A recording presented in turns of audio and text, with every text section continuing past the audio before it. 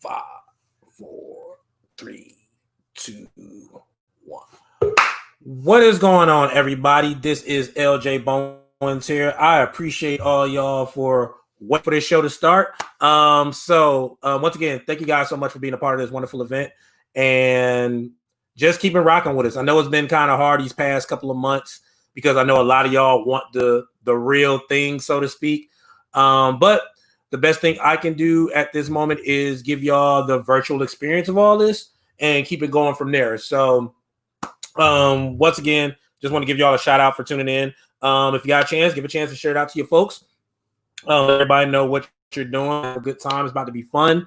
And I am looking very much so forward to another good show. Right now, I'm turning my volume down so that way nothing is bothering the show and on my end.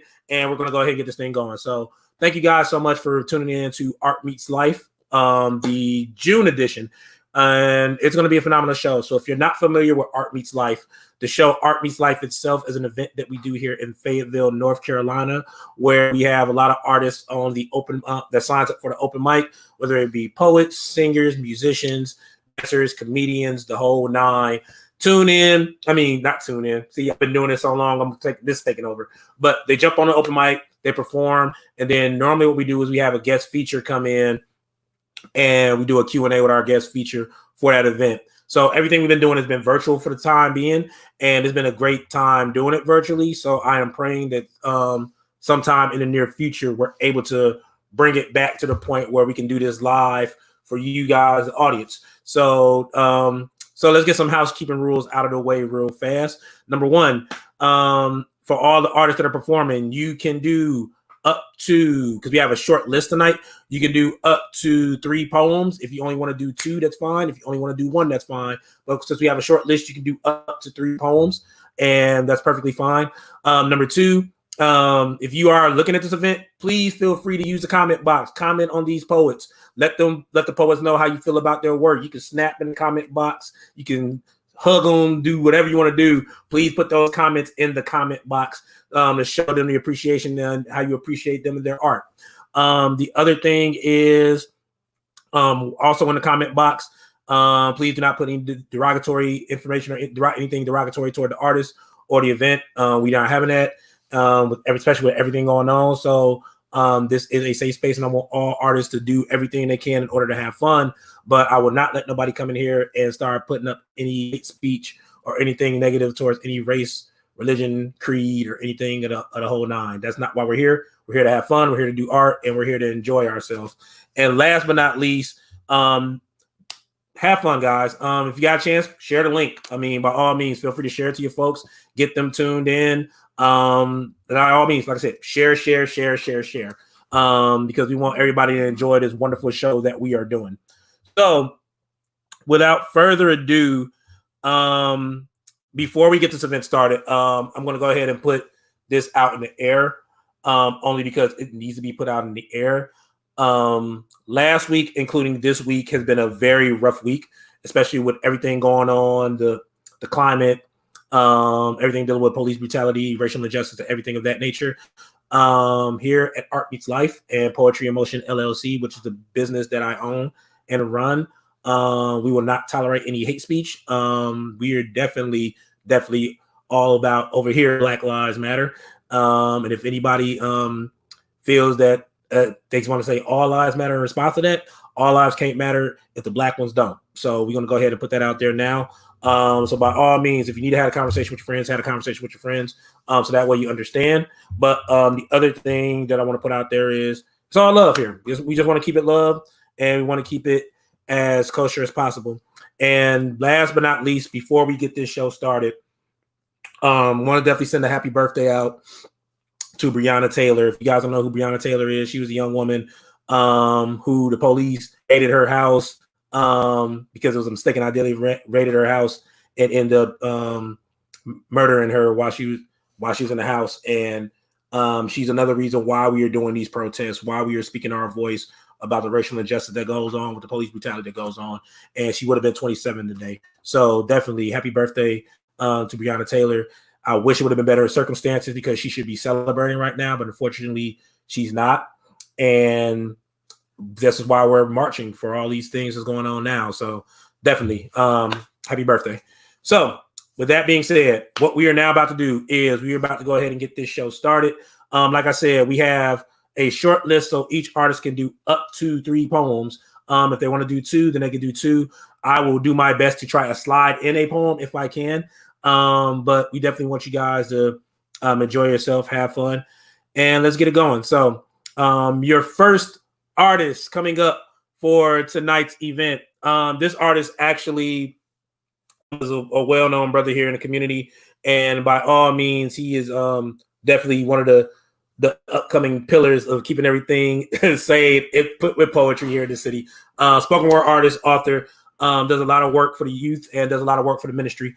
So definitely, without further ado, please put your hands together for the one and only Law Bullock as he comes to the stage. Woo! What is going on, brother? What is going on, brother? Oh, nothing much, man. Just keeping the faith and fighting hard out here. Brother, I know, man. I know. Trust me, I definitely know. Real quick, so that way people can follow you. Let me get your IG information one good time for the good time. I am Law Bullock. That's LAWBULLOCK on Instagram.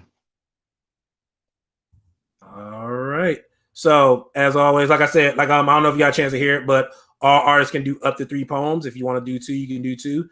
We're giving because it's a short list, so we're giving all the artists up to 3 poems tonight, so y'all can ride and let y'all wings more than doing just poems. So, but other than that, brother, the floor is now yours. All right, cool. How's it going out there, everybody? Love and blessings to everyone out there, man. Love and blessings out everywhere. Keep safe out here, y'all. I'm gonna kick this off with this first poem.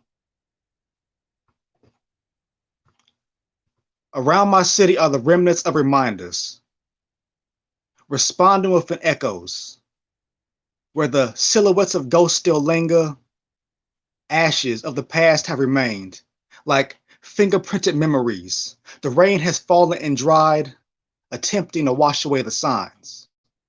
As footsteps collect evidence of their existence, the grounds begin to show their age. The seeds have been planted, incubating as the seconds morph into minutes like 500, 25,600 minutes. Trees have been removed from their homes. Deeply rooted, their tears live on, continuing to feed their heritage, their ancestry, as days grow, as the first sign of new life takes shape. Unrelenting, as the phoenix begins to rise, beauty birthed from ashes, the shape of you flourishes within. From rooftops, the humming of the streets beckons an awakening, a renaissance on a more global scale. These ghost road blues have been aching to move, seeking to guide another traveler upon their way. You are beautiful, even as the sky falls. There is no time to die, though, as sprinkles turn into drops. As the sky breaks loose, a new jack swing, fueling a heart that needs strength. Leaves have fallen from limbs, waiting to be refreshed. The time is nearing for a rebirth. For the petals of old have taken their journey onward. You see, around my city, I see a chrysalis forming, taking shape as change dawns upon it, that things can be different. Silence can be broken. Hearts can be healed. Bones can be mended. Fear can be extinguished as the butterfly approaches. New life can bloom from the cracks of the concrete. Hello, sunrise. I've been waiting for some time, for a new ray of hope to fuel this prayer. My city has had its share of scares, a flow of constant nightmares, but within every seed is a genesis for something new. You see, the grounds have shaken.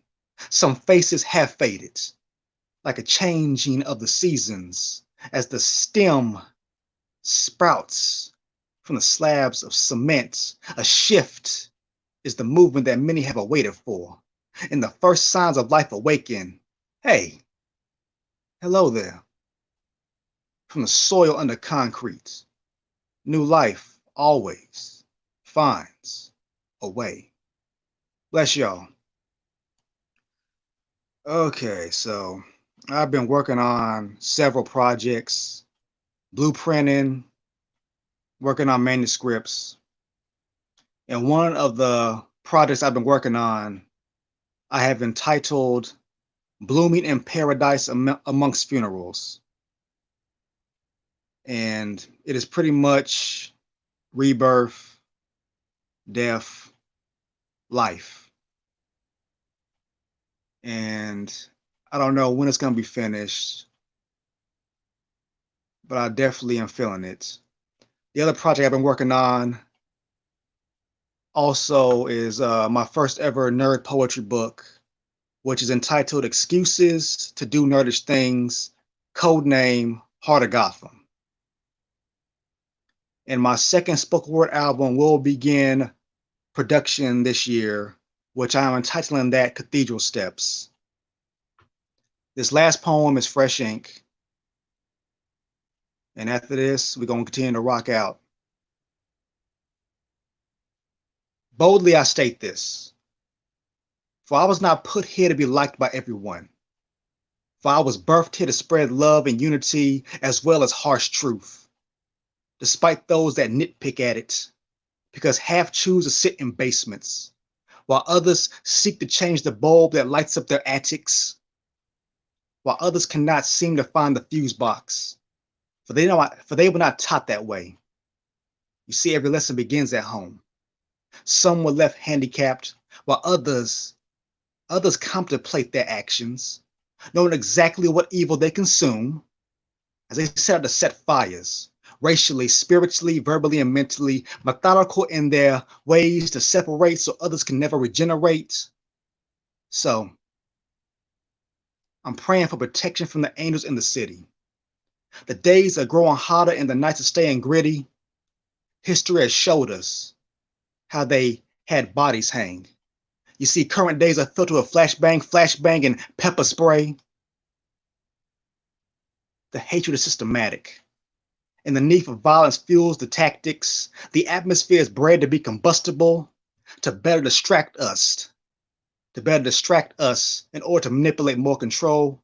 You see, you reap what you sow, yet they believe that they are untouchable. It's funny, because John Gotti and Nicky Barnes thought the exact same thing, ignoring that giants and empires fall. For God always provides David with a sling, and the enemy always arrogantly tosses stones, so David's ammo is always available. So our faith needs hope, that one day we shall see the untightening of these ropes, these nooses that hatred uses when it chooses to accuse us. Anger and rage has painted this Gotham red. Violent retaliation for the stains in the streets that reminds us of the dead. Bloodshed I don't condone, yet this system has thrived off of broken homes.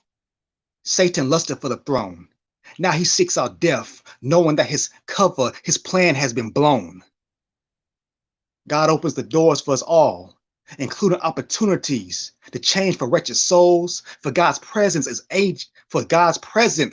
ageless. Who do you think gave the nickname to Moses Malone? And amongst the reticence, you can see the burning, pushing smoke into the sky, the backdrop of revolution. So now is the time for the church to wake up and revive, to lead the revival when the moment arrives for this nation to truly heal. Because too long this nation, including the church, has been wrapped up in this cycle, a divisional homicide, leaving not just mothers, but also our souls crying for change to sweep through like a cyclone. Because too long, freedom has been postponed. So boldly I speak this, that we must break the sequence that seeks to leave us speechless. And I pray because my faith is not for play. This is the time to truly make change as we go against the grain, overwhelming this hatred that seeks to leave us slain. So with unconditional love, I boldly speak this. that what they thought was our weakness, they shall fail because God, along with our heartbeats, continues to lead us. Peace and blessings, y'all. Once again, my name is Law Bullock, LAWBULLOCK. That's on Facebook and Instagram. I am a spoken word artist. I am an author, a motivational speaker, a fighter for change, a child of God, a child of the kingdom. And also, I'm the founder of Mug Photography. Bless y'all.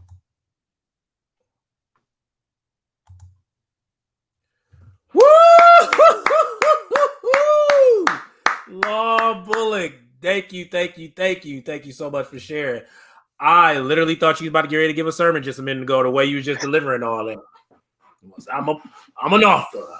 Okay, let me stop. My bad.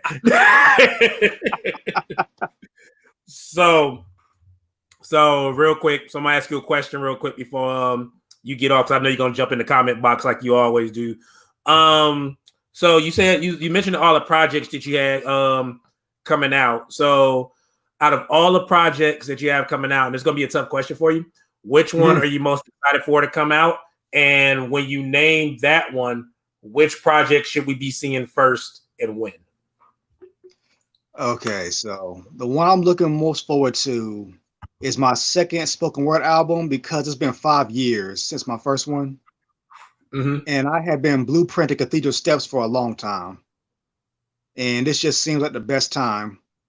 But the first one that everyone should look forward to is my first nerd poetry book, which is entitled Excuses to Do Nerdish Things, code name, Heart of Gotham. And the reason why it's codenamed that, because that was my first nerd poem, Heart of Gotham. And for the first time, it will be in printed ink. Nice. So you said it's gonna be the first time it's gonna be in printed ink. So that means you had typed it and it was just typed up. You didn't write it. No, I actually wrote this in my head, so it's never been on paper. Oh, nice. Well, definitely, brother. We looking forward to it. And when you say and when is that coming out? You think? Did you have a timeline, or are you still like working it out? I would say I'm pushing for either November or December, because it seems that my projects normally come out around November, so I'm pushing around that time frame. Cool. Once again, brother, thank you so much for sharing your art with us. I look forward to seeing you in the comment box and all that good stuff. But definitely, man, thank you so much. We definitely appreciate it. And I always thank you for being a supporter of Art Meets Life. We appreciate you. Your voice. Oh, no problem, man. I love y'all, brother. Love you back, brother.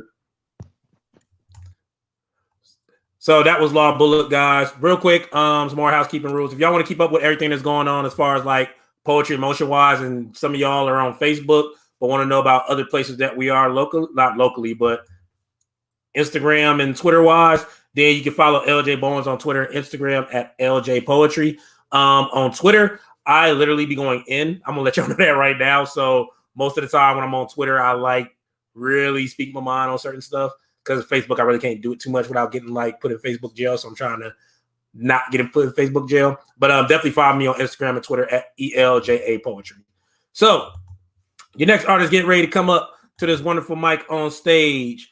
Okay, we got real quick, because I just saw somebody just pop up in the comment box. Benita A. Clark is in the building. What's up, Benita A. Clark? So if you comment and it's dope, we're gonna put you up there. So might as well give you the layout of the layer right now. So we got you.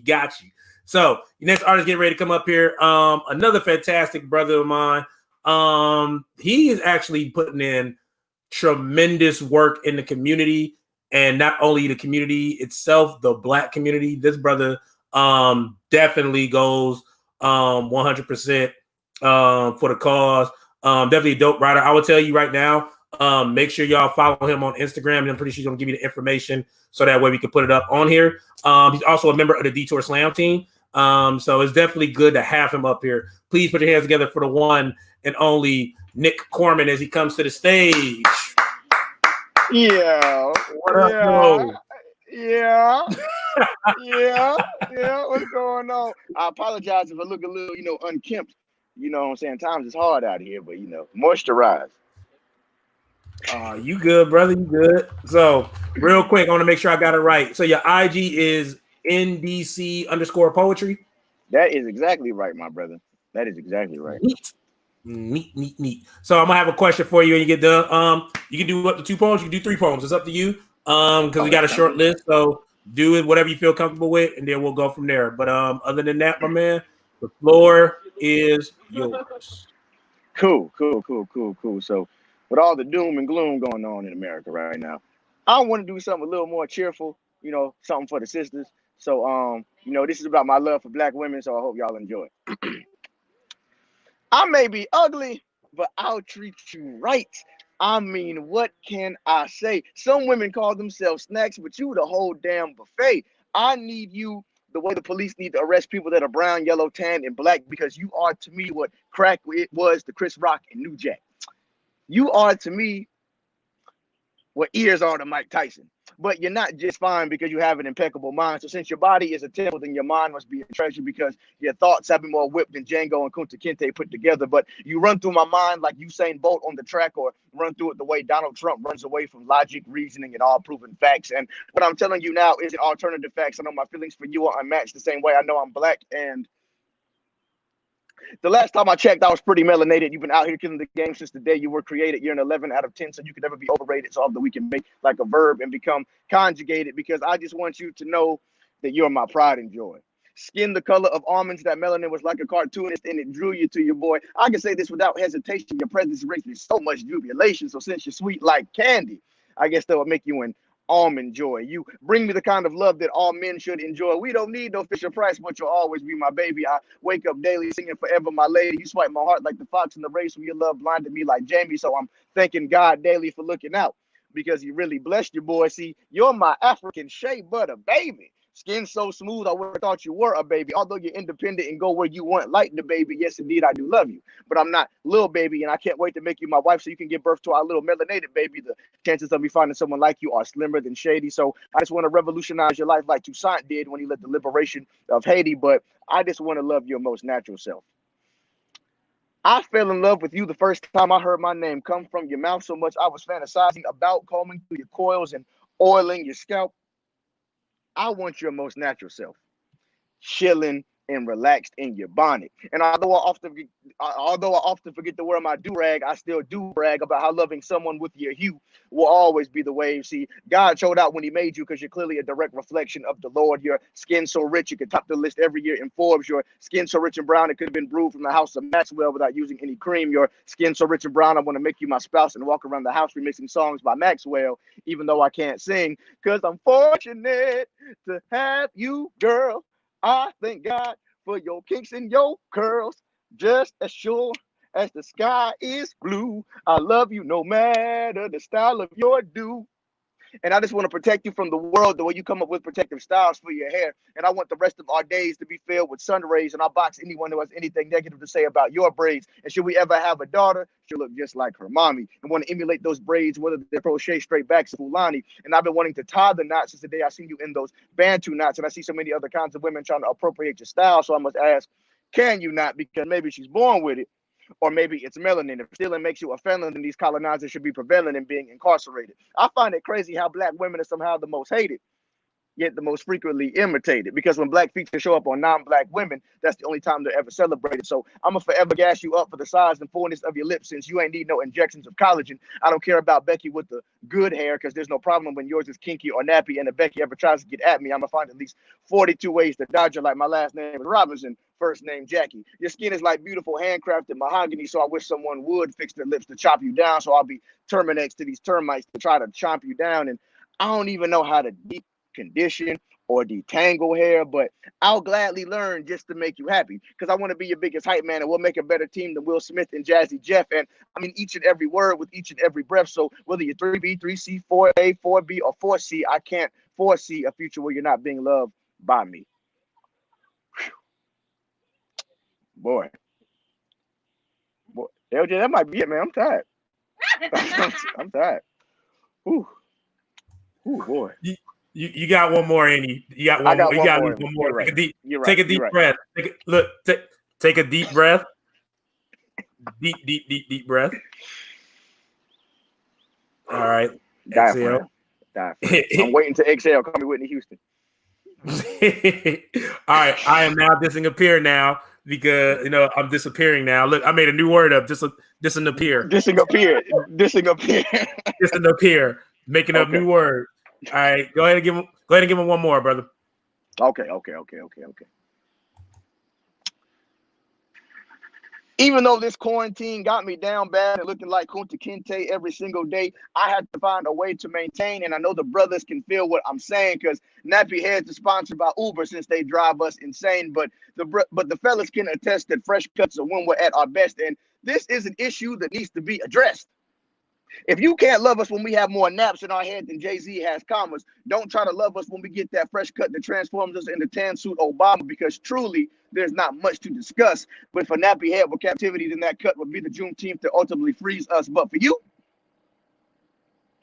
we got the kind of love that makes me want to get a fresh cut every time I see you. See, your love snaps me back into reality since you could give a damn about fresh cuts, fresh shoes, and other superficialities. But I want to keep my hairline sharp because you're the one who holds my heart. And I want you to be a part of my life like the one Paul George had in his head. I want to make being in love the new wave. So just be the do-rag that covers my head because you're the only woman I want laying in my bed and rubbing through my head. But I want to fill up off your love for all meals. So that's breakfast, lunch, and dinner. Because even though you're a blessing, you're fine enough to make me a sinner. If my attention was the game of basketball, then you will be the center. So I'm giving these other. So when I get this fresh cut, you'll be the only one to make the cut. So I'm giving these other women the Clippers.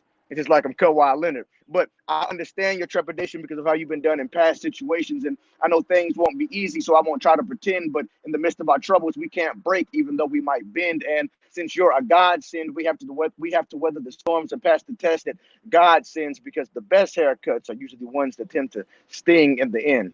Plus, I know your heart has been cut, so let my love serve as the Band-Aid. Because unlike the styles of the cuts I usually get, my love will never fade.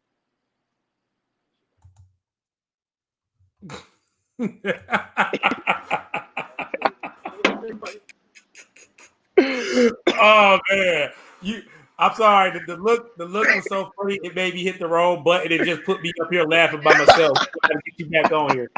Oh man. That is Nick Corman. Everybody, I hope y'all are enjoyed him very thoroughly. So, my brother Nick. Yeah. So, serious question. With everything that's going on, and me knowing the type of brother you are, especially when it comes to Black awareness, Black issues, and everything of the whole nine. I think you're still in the Pembroke area. So how has it been? I believe you're still in the Pembroke area. You mean you can by all means correct? You got to.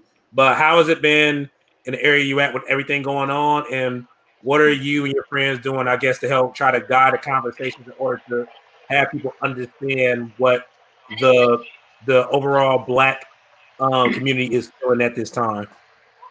Yeah, so like during the past couple of weeks, I've been back and forth between Pembroke and Greensboro.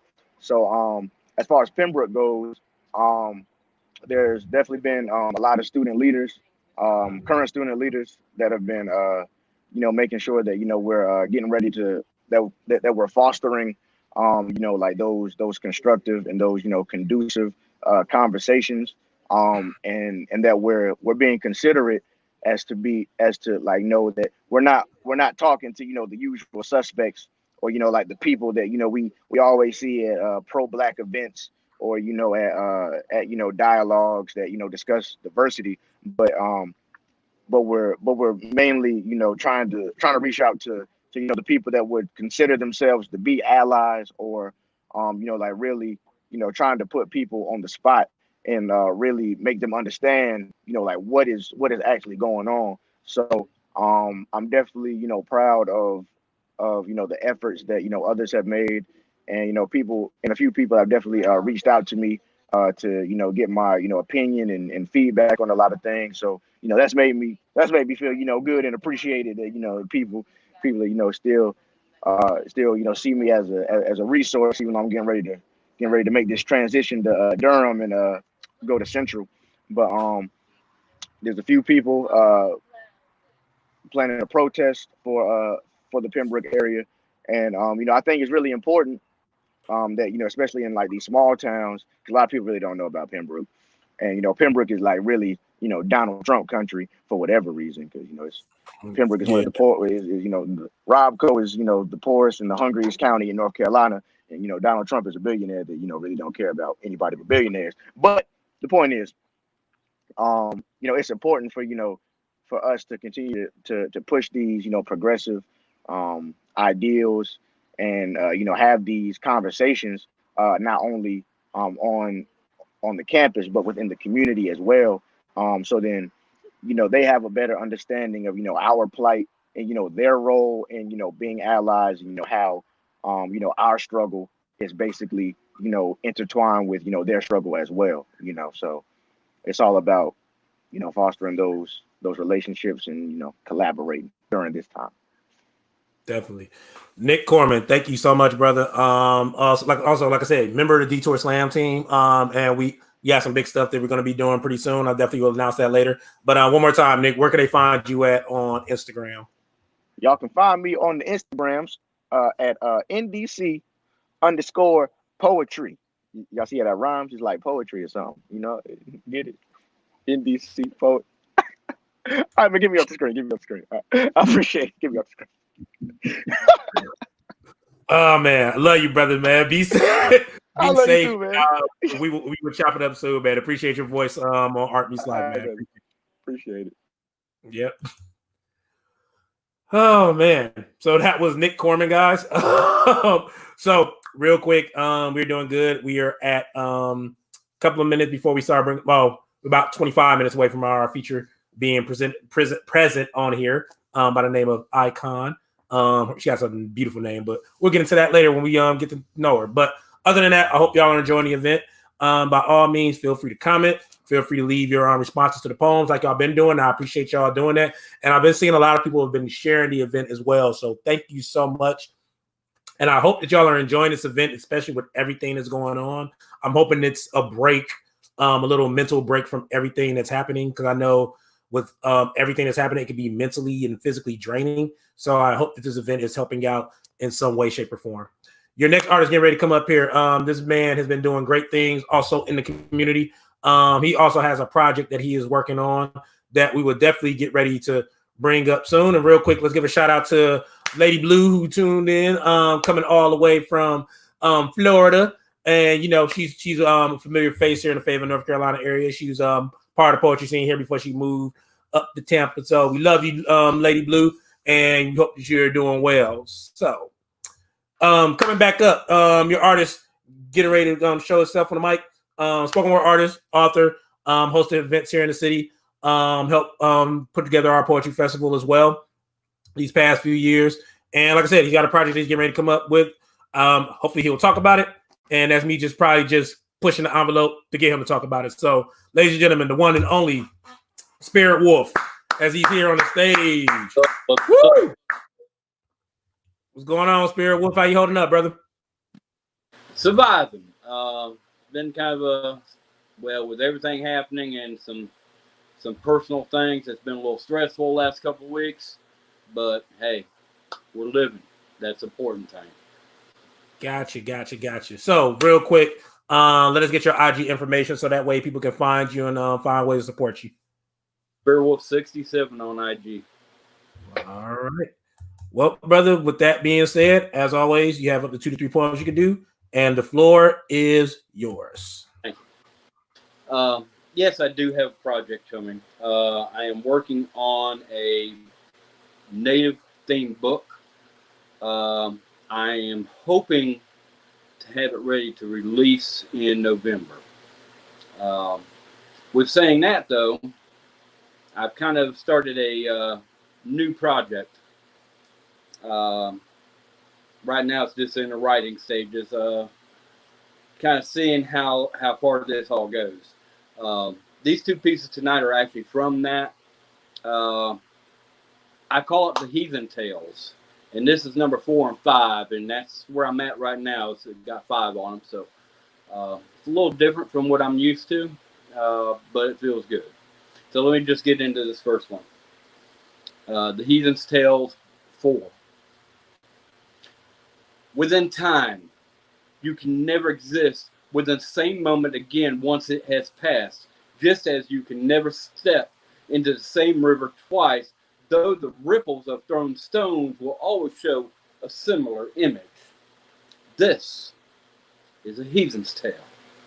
I have existed for years and will continue to exist because I choose to, not because I'm allowed to. In those years, I have found that to be native is a paradox of humanity, for the red-blooded American does not see the qualities that define a human. A native has always been an expendable resource, much like the forest and the waters which were here before and will endure through time. They have a strength that cannot be deterred.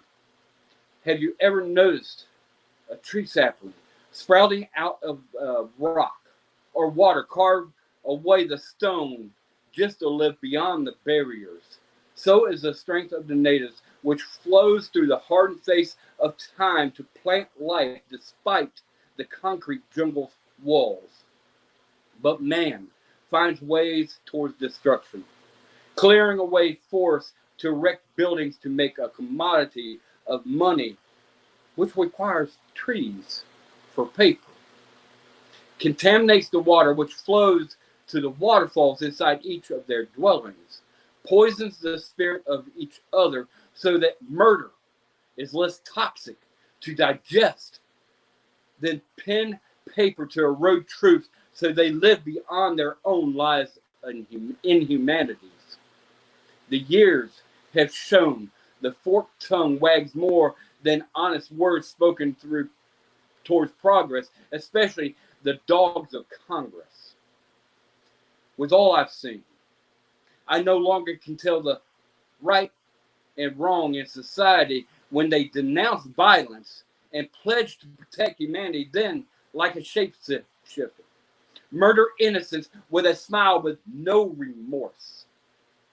A stone was cast many years ago, and the ripple still look like the same, which leads me to say, my body is not a treaty to be signed in blood by the judge, jury, and executioner of your mentality. I wrote this on the 28th, and it was kind of my response to a lot of stuff I was seeing going on. Is just how I kind of had to get it out of me to talk about. But with everything being said, I kind of had to flip on this next one and talk a little differently. This is a Heathen's Tale 5. An enemy is never greeted until first they are born from the misunderstanding that exists between your thoughts. This is a Heathen's Tale. I have traveled down the road, seen the dirt turn hard and black, seen man build birds with bellies to ingest people, which must leave a bad taste in them, for they land and rid their system of the two-leggeds. We also have found that man leaves a strange taste upon the tongue when we speak of humanity with words that fall from the corners of our lips. It's like a breath. If you breathe from just a corner, you are left with a lack of needed oxygen. But if you open your lips, breathe straight and forward, you will fill your lungs with life-sustaining air. We need to pull our words from the belly of our souls, let them rise like our prayers do, and allow them to fly true as an eagle to each other. When we speak with honor, we can lift the wings of our spirits, crossing great divides greater than the big water. Build a great tribe where there are no parts, just a whole, born from the Creator, a gift for humanity. Along the trails traveled, there have been many times when we have had chances to reach a new place of existence. We have failed to communicate with understanding, building a wall of separation instead of a world of love. Those same paths now burn like bridges in the night. We cannot survive their collapse. Like two towers of fate crumbling to the ground, we have shown a glimmer of hope by finding unity in a time of need. Now, the world needs. Now humanity needs. Now we need. I appreciate it.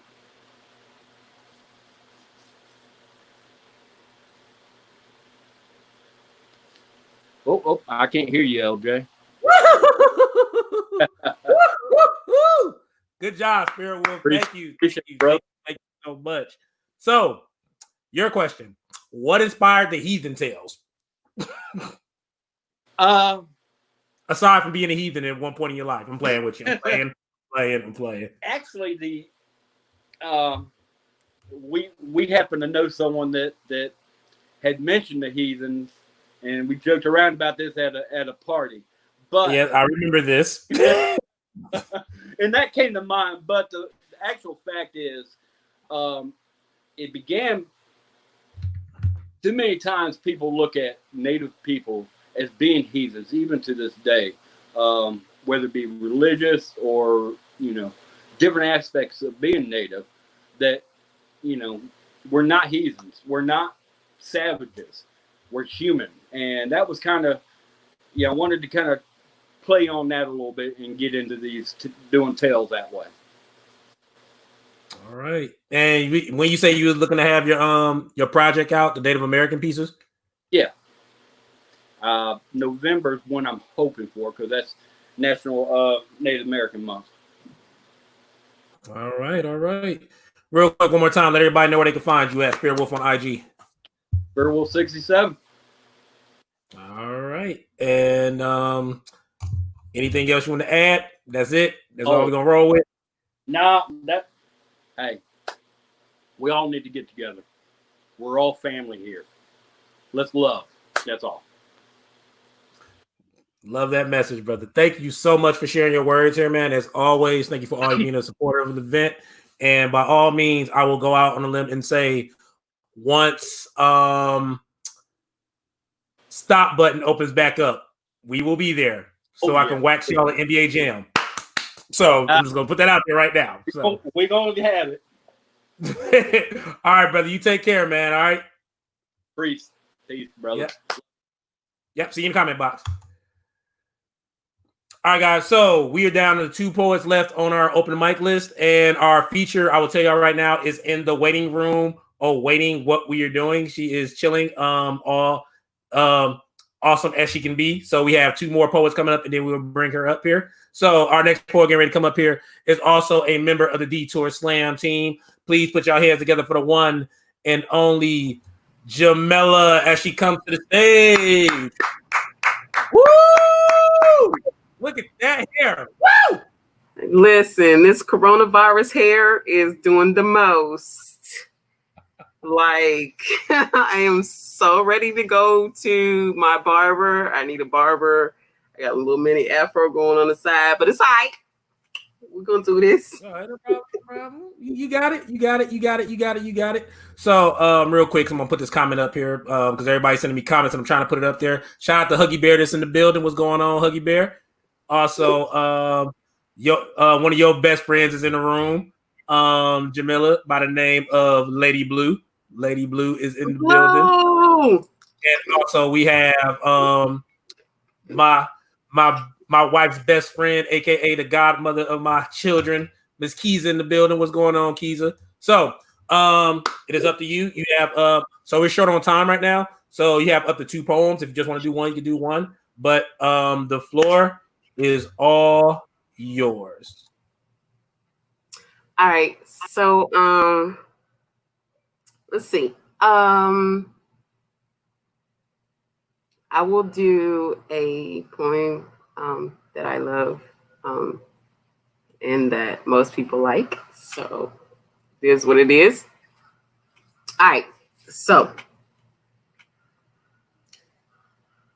I cannot seem to verbalize the immaculate sunset cloud painted across the skyline. So in effort to report how wonderful my God is to those who have not realized his presence yet, or to those who like me that just need another reminder, I scribble and cross out so that I can come up with the most suitable words that will somehow give justice to the majestic gold and blue ribbons of testimony that mingle with silk and cumulus. My eyes begin to water as I push pen across pad. trying to capture this feeling before the peaceful brilliance in the darkness of night replaces this daily changing affirmation of who God is. So I write because, nigga, I really want to punch in your throat, but I don't have enough bail money. And punk, you're not worth my freedom. And God gave me these weapons that are my pen and my path, so I erase you from my life between blue rose and white backgrounds, and I triple dog dare you to cross that red line that runs down my page. So I write because I really want to profess my love for you. But every time I open my mouth, something utterly fucking stupid falls out. So to keep my size 9.5 foot from going any further down my quivering pie hole, I commence to scribbling my ode to you and your mama and your daddy for being responsible for this beautiful man that causes my mouth to get a little juicy whenever I get in close proximity to this God in man's flesh. So I write because I really don't want you to know how hurt I am. But I must confess my pain in some form, and if I keep this inside, it will devour me like some kind of flesh-eating parasite, and you don't deserve the opportunity to be the self-destruction that I might inflict on myself, so I bleed my anguish into black and white composition books, and ink splatters onto page like blood dripping from my forearms after cuttings, just so I may feel something other than the way that you make me feel. So I write because I want to laugh with no sound. I want to cry with no tears. I want to smile without anyone seeing. I want to yell without anyone hearing. I want to confess my sins without a priest. I want to lash out like a ravenous beast. I want to heal myself inside of some written lyrics. I want to write so much I get nauseated and vomit up microphone spit.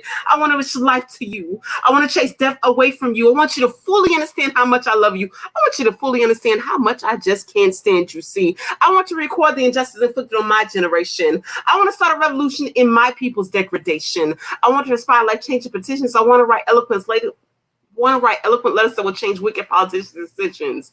I want to start to fight now rather than later. And I want to do all of this beginning with one piece of paper. And for those of you who do not understand why people like me choose to bury our heads into notebooks or jot down epiphanies on the back of our hands or empty pizza boxes or walls or desk or matchbooks or anything will allow ink to sink in, quit trying to figure it out. Because unless you pick up one yourself, you never understand the power that we possess in our pens. And because God saw fit to bless all of us with this complicated but simple voice, for me, there is no other choice. So I write. Yeah, that's one of my favorite pieces right here. Yeah, buddy. What's up, Bill? Okay. I can't hear you, El. I can't hear you, dude. I don't know what's going on, but I can't hear you. Oh, there you go. Yeah, I got you. I got you. I've got to unmute my mic. Still getting used to this. I thought it might have been the vodka. No. No, the vodka is not hit yet. But Jamela. So I'm gonna ask you a question real quick. And I'm going to go ahead and keep moving with the show. Jamela is also a member of the Detour Slam team. So, Detour, we don't know where we're going. I know, right? I know. So, Jamela,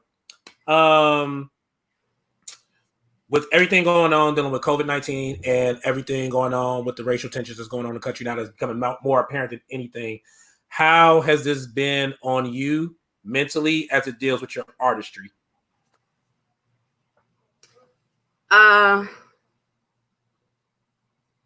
This has kind of been muting for me. I'm a mother. I have Black sons. I have Black daughters. And we have lost a lot of lives. And the pain of losing a child is not something easily a part of something that you can take on. So,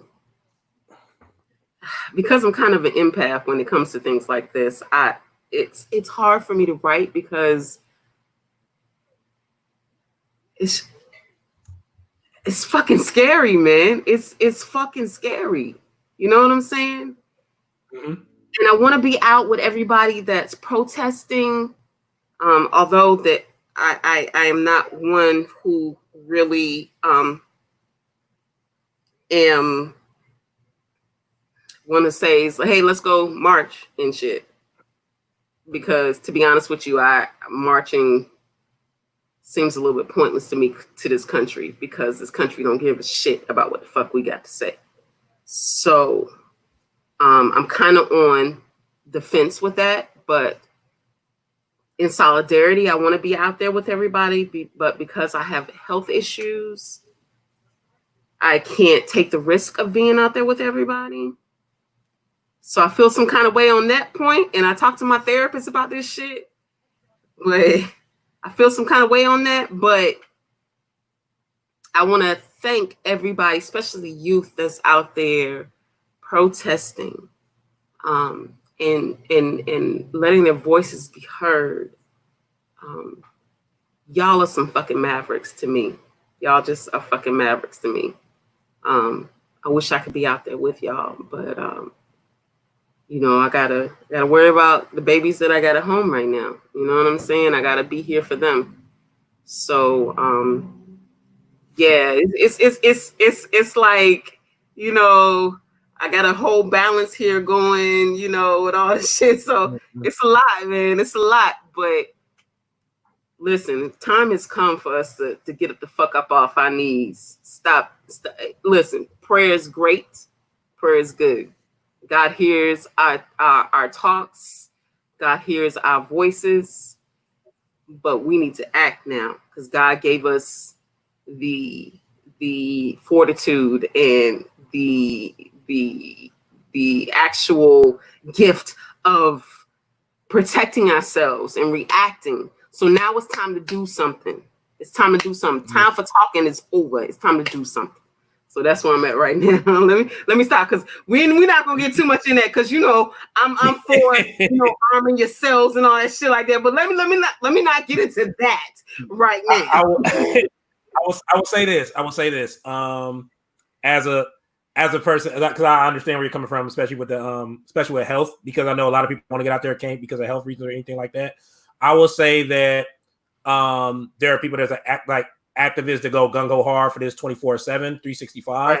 Right. So I get that. But just because you can't be out there doesn't mean that you're not helping the cause, because at the end of the day, when we get on these things, we have voices that the social media we're on are platforms. That's so right. If you're like literally putting out the information, trying to start the conversations with people to let them know why we're angry, educate them onto everything that's going on when it deals with racial oppression, police brutality, anything like that. Donate to the bail fund for these people that are protesting. Passing the resources. You're doing it. You may not be out there marching, but you are still finding a way to protest, and you're using your platform to do so. Yeah, and if that's the best way to do it, then you're doing it. So don't feel bad about that. You're doing what you need to do. Because trust me, there are people that put up a picture and that's it. And they're like, that's my protester for the year. Like, that's my social media for the year. But if you're going to go hard for it, you're going to go hard for it. And that I know about you. Go deeper than posting a picture. Donate to the bail funds. Donate to these organizations that are putting out food for the protesters, for the people whose businesses got fucked up in the damn looting and shit. Donate to that. Help with the cleanup. Help with getting water to these people. Like do something. You know what I'm saying? Do something other than just posting some shit on your damn timeline. This is deeper than that. You know what I'm saying? Get with your groups. Talk about these plans to change our communities, to police our own communities. Like, let's get this shit popping, because it's time. It's time to stop. It's time to get up off your fucking knees. There it is. Jamila, thank you so much. I appreciate you tremendously. Thank you. I'll put your information out there where they need to find you on Instagram, so it's been sharing. But we're definitely going to talk more so in the following weeks, because there are some people he's talking about supporting and like trying to help clean up. I got some stuff for y'all in the Fayetteville community, so I got you. So thank you so much. I hope you stay in, because our feature is coming up after the next poet. So hope you stay tuned in. All right, man. You know I am. All right, love you. Yep, love you. All right, y'all. We are now at our last poet. I hope y'all are enjoying yourself with this event. We are down to our last poet. I'm gonna get ready to bring her up here because she was a last minute add-on, but this is family. and she hit me up, and I wanted to make sure we got her on here. So I am about to bring in the one and only. I mentioned her earlier because she was in the chat box chatting it up with everybody. I see her getting ready, setting up, getting herself together. Everybody, please put your hands together for the one and only Lady Blue as she comes up to the stage and round out our open mic. Lady Blue, what is up? What's going on? So first of all, I know you guys are probably looking at me like, why the fuck Blue got a mask on in her house? No, I'm about to say you look like a Mortal Kombat character right now, but you know, it's fine. It's cool. I love the mask. So my mask is from Twin Scale Designs, Black-owned business. That's one of our fellow poets. You guys check her out. Get your mask. She's got awesome designs. You know, my shirt, Bull City all day. So this, can't go wrong if you know how to write. Support your local artists. Definitely support everything else. Okay, so I'm gonna do my piece now. Let me real quick. Are you on Twitter or Instagram or anything like that? Oh yeah. What's your Instagram so I can get your information out there? Lady Blue _ poet. All right. So I'm gonna let you do your poem, and the stage is now yours. So this little older piece, I haven't performed it in a while, so I'm gonna be kind of like reading as well. So just bear with me. Society continues to try to hide us, dividing us, crucifying us with such unjust. They're constantly trying to pull us down in the belly of their beast. Yet I can find relief because together we can stand, untainted by the government, and bring reprimand on Congress closing the doors and the cupcake wars and the lies that they're constantly destroying. You see, I am calling all aboard so that we can finally take the floor. You see, kicking in those doors will allow us to assure that the innocent killing in the streets no longer goes underneath the sheets. They're trying to justify their actions. They're not liking our reactions. What fear could you have had? You see, you're the police and you had the gun and the badge. No longer, you felt threatened is what you said. And yet you mad because we all know that that shit was in your head. And see, whatever happened to our pursuit of happiness that they think they can take back from us. You see, they must not know the time we are not on rewind, and I am here to remind that the spirit of who we are is what built this city and this state from afar.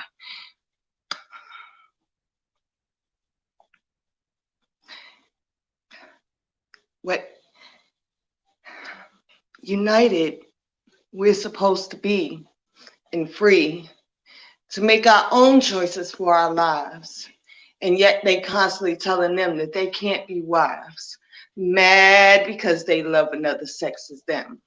But I thought they read those hymns, not to judge another. And I know that they all learned that shit from their mothers. And the whole time we sending our youth to the schools to only come out looking like fools. Due to their grip on the class, how can any of them ever pass? That test above the breast digress approach is working on my nerves like a fucking roach. You see, society, I am here to say that I plan on getting in the way, poetic inkly letting my voice be heard. I plan on extending the cables to jumpstart the revolution because you see, I happen to have read that Constitution and I understood every word. They're disrespecting the rights that we constantly have. And it makes me sad to know that they'd rather disregard constantly making us scarred to believe in a system that's constantly set to transgress and on a mission on our oppression. You see, it only stains the look of you because I have knowledge and can throw some books too. You see, this life, it's all about our youth. And although I find myself in a room full of sanity, and all in search of a true reality of what lies ahead for our future. You see, it's transparency in our legacy. And I'm standing steady and ready for the revolution of our poetry to enter all souls. You see, There are words inscribed by many designs, touching all we come across. You see, I found peace and a relief within the realm of this life, no longer full of strife. Constricted with a complete conviction of the task at hand, we're going to help others become free at last.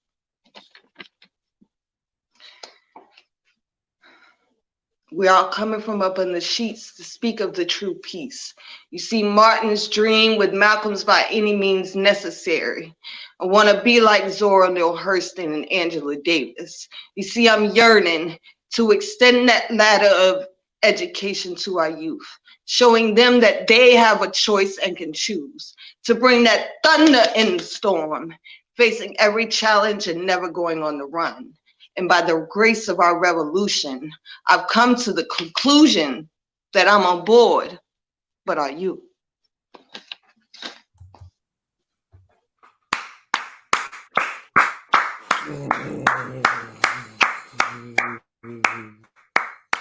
So this will be that moment if you're back in Fayetteville, I'll be hugging you, be like, you had it, sis. Don't you trip. You got it. You got it. Right, because I'd be going out the room, about to break down. Yeah, sorry. Trust me, man. It's understandable. It's understandable. Trust me. I get it. Man, Lady Blue. So my question for you is going to be, what are you doing as far as with everything going on? What are some of the things you're doing to keep yourself mentally sane and not let this get to a point where it's mentally draining you? I'm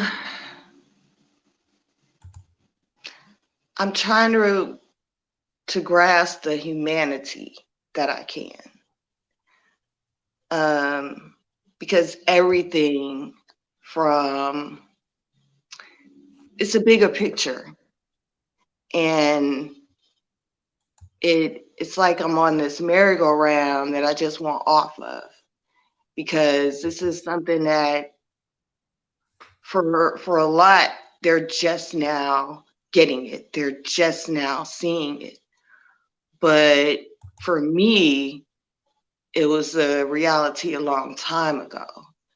You see, I was the only mixed child in a family, so I already know the realms of having to try to maneuver and stay in some balance in life. So other than painting or I've been crocheting. My mama taught me that when I was younger, and I ain't know a sister still had skills. But apparently that muscle memory worked real well.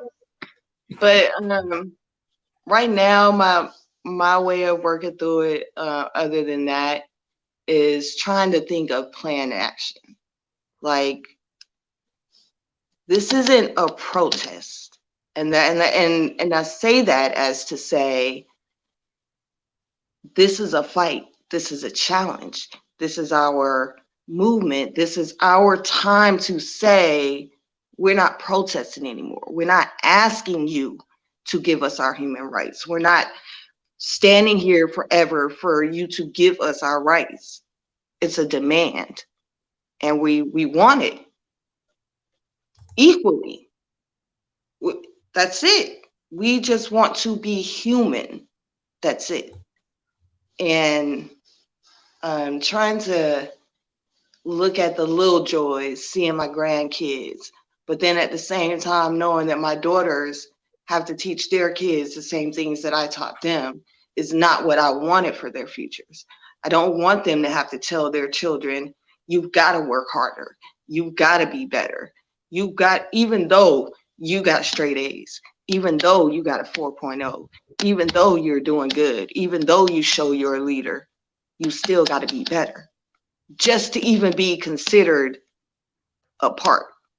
But then on that flip side, our own people then look at you and have that negativity. And that's where we have to stop, because you just gotta, okay, we got a feature. I'm working through, I'm meditation, liquor, my green, my dog, you know, and then because I have a weak immune system, I really can't be out like, as you know me, El, you know, I know all too well. I done drug y'all to plenty of protests. I know all too well. Yeah. I know all too well. You know, I done drug y'all Wilmington and everywhere else to protest. So I got you. Yeah. So right now, you know, I'm sitting around here at the house like, oh, I want to get out. But at the same token, I know for my health, I can't be in those large masses. So I'm trying to find other ways where to try to get involved in some groups to be able to sit and come up with the plans of actions for the city. And like I told them, if I would have been back in North Carolina, it was a lot easier for me to maneuver. But I'm in Tampa now, so I've got to find my way into these places where people don't know me. And it's a little harder for me to maneuver in that sense. So, but yeah. Love you guys. Miss everybody. Lady Blue, everybody. Make sure you follow her on Lady Blue _poetry. And also you can follow her on Facebook. So Lady Blue, once again, thank you so much. I hope that you stay here because we're bringing up our wonderful feature next. Thank you so much. I love you and I miss you. Love you. Yep, love you back. All right, guys. I want to give a shout out to everybody that was on our open mic list. Artists, Law Bullock, Nick Corman, Spirit Wolf, Jamila Ratu, and Lady Blue. So, real quick, housekeeping rules. So, we're about to get into a Q&A part before our feature gets ready to rock out the virtual open mic space. So, few things. Number one, enjoy the Q&A. Number two, if you have any questions for our feature, put the questions in the comment box and we will bring them to the screen for our feature to answer. Number three, please make sure that these are very good questions, but don't go overboard the questions. Don't say, hey, boo, do you like shea butter? Where can I find you at? Do I need to get your address? Like, don't do all that. I'm just putting that out there because I know people like to shoot they shot with poets. So I'm just putting that out there. If you want to holler at the poet, get with them offline. They're not going to tell you yes or no. So I'm just letting you know that right now. But keep it classy. Keep it classy. So I will give her a very, very, very, very dope introduction like I do all my features when it's time for her to rock out. But I am bringing in our feature for the wonderful Q&A coming all the way from Louisiana. Please put your hands together for iCon. Woo! Hold up. You got you muted. There I am. Let me make sure I sit up high enough while having clothes. David Auntie. Woo! How are you doing? I'm blessed and highly favored, as they say in the church. No, I'm alive and well, and just braving through this whole situation. I heard you ask a few people, like, how are you making it through? And I literally was thinking, like, what is my answer to that? Because it's different on different days and at different times. And I think that's an important part of it too, is like not being too hard on yourself and taking it one day at a time. Like one day you might have a day where all you could do is just lay in the bed. And then there's another day where you're just writing like crazy or, you know, trying to connect. I heard Lady Blue talk about finding the humanity, just trying to latch on to that. So loving on friends and family, even though we're in this time of COVID, you know, loving on them, even if it's phone calls. And I'm just thinking about you. And so I'm thankful that I have a good network of people who have been doing just that for me as well. Like, you know, just thinking about you, sis. And that means a lot right now, you know, more than it ever did. So, yeah. I'm thankful you here, man. Like we got history. You so dope to me. We fam. I'm glad you're here. I gotta get you back to Fayetteville in a way of performing careers up. But this is a start. At least we starting with this. So get to start the virtual one. So how the Q&A works. I should have kind of prepped you for this, but I didn't. But it makes it even better. So what's gonna happen is I'm gonna ask you some icebreaker questions, and then we're gonna get into some more serious type questions. Nothing too overboard or anything like that. But that's pretty much how this is gonna work. Okay. Gotcha. All right. So first icebreaker question. What is your favorite word and why? Oh, shit. Oh, shit. Okay, that's 2 words. Good. No. It might be shit. Favorite word. I know it's going to sound corny as hell, but love. Love is literally my favorite word. I love saying it. I love feeling it, doing it. Just I don't know. I think love is just like the ultimate word. Like it's the most powerful. When we say God is love, a lot of people don't like to say the term God, or they have other names for God. But for me, at the end of the day, it always comes back to love. And so I guess I'll say love is my favorite word. And right behind that might be like fuck or some shit like that. I don't know. All right. So I know So people from God, I'm on a spectrum here. I'm like, you good. You good. I want you to be you. Be you. Trust me. So what's your least favorite word and why? Least favorite word is I guess can't. You know, we always learn that when you're younger, can't, I guess, would be my least favorite word, because I think all things are possible. Just like a lot of people are acting like they can't understand why people are out, you know, protesting, and why Black people just want to be seen as human, or why, you know, people are fighting. And I feel like anything, you're capable of doing anything that you put your mind to. And so I guess can't would be my least favorite word. All right. And right behind that might be like moist. Oh God, I hate that word. I hate that word with a passion. That's a whole other discussion. So it just sounds funny, immersed. Oh man. So what profession other than your own would you like to attempt, and why? Ooh. So I would say visual artist, but I do visual art. I think most people know me as a poet. And so they don't know that I also do painting and drawing and things like that. So I guess because it's not really my profession. I do sell some paintings though. So does that count as part of my profession? Yeah, I would say you do, but when you start selling work, it's no longer a hobby. So what profession besides? So let me ask you a question. So you're the first person I've done this with. So since you said that, so you being a spoken word artist, and you said you do pay because nobody knows you for the visual artist. Would you like to do visual art more than wanting to do a spoken word? Nah. Nah.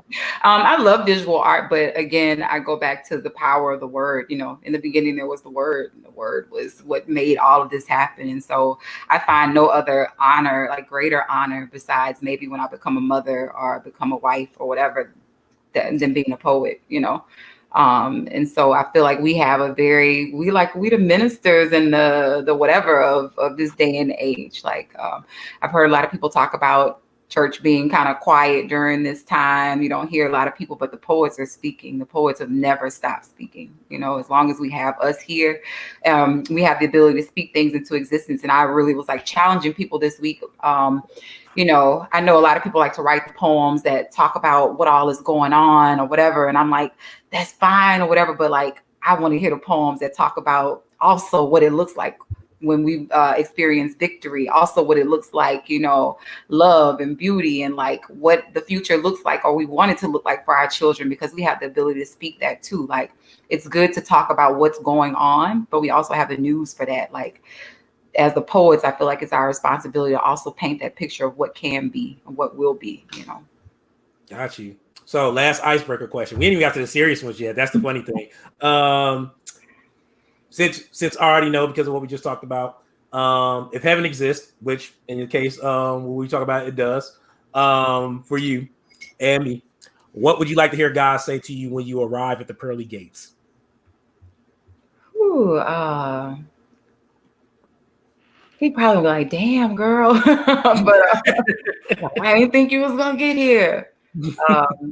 I want to hear God be like, you did that shit. Like, literally.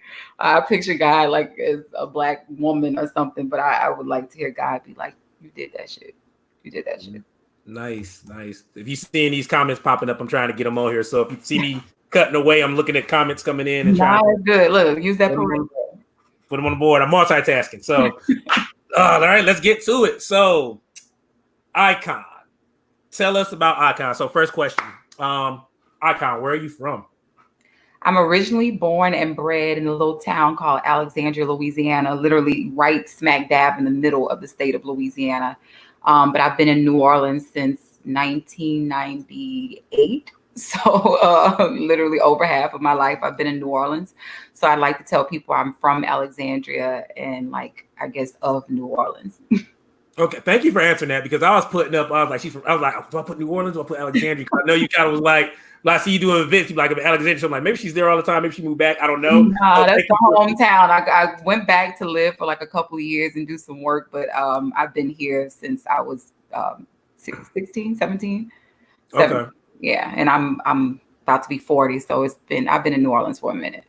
Okay, got you. So, the question that we always ask all our artists, like, you're very involved with the arts. So, but a lot of people know you, like you said, for spoken word poetry. So, how did you get involved with poetry?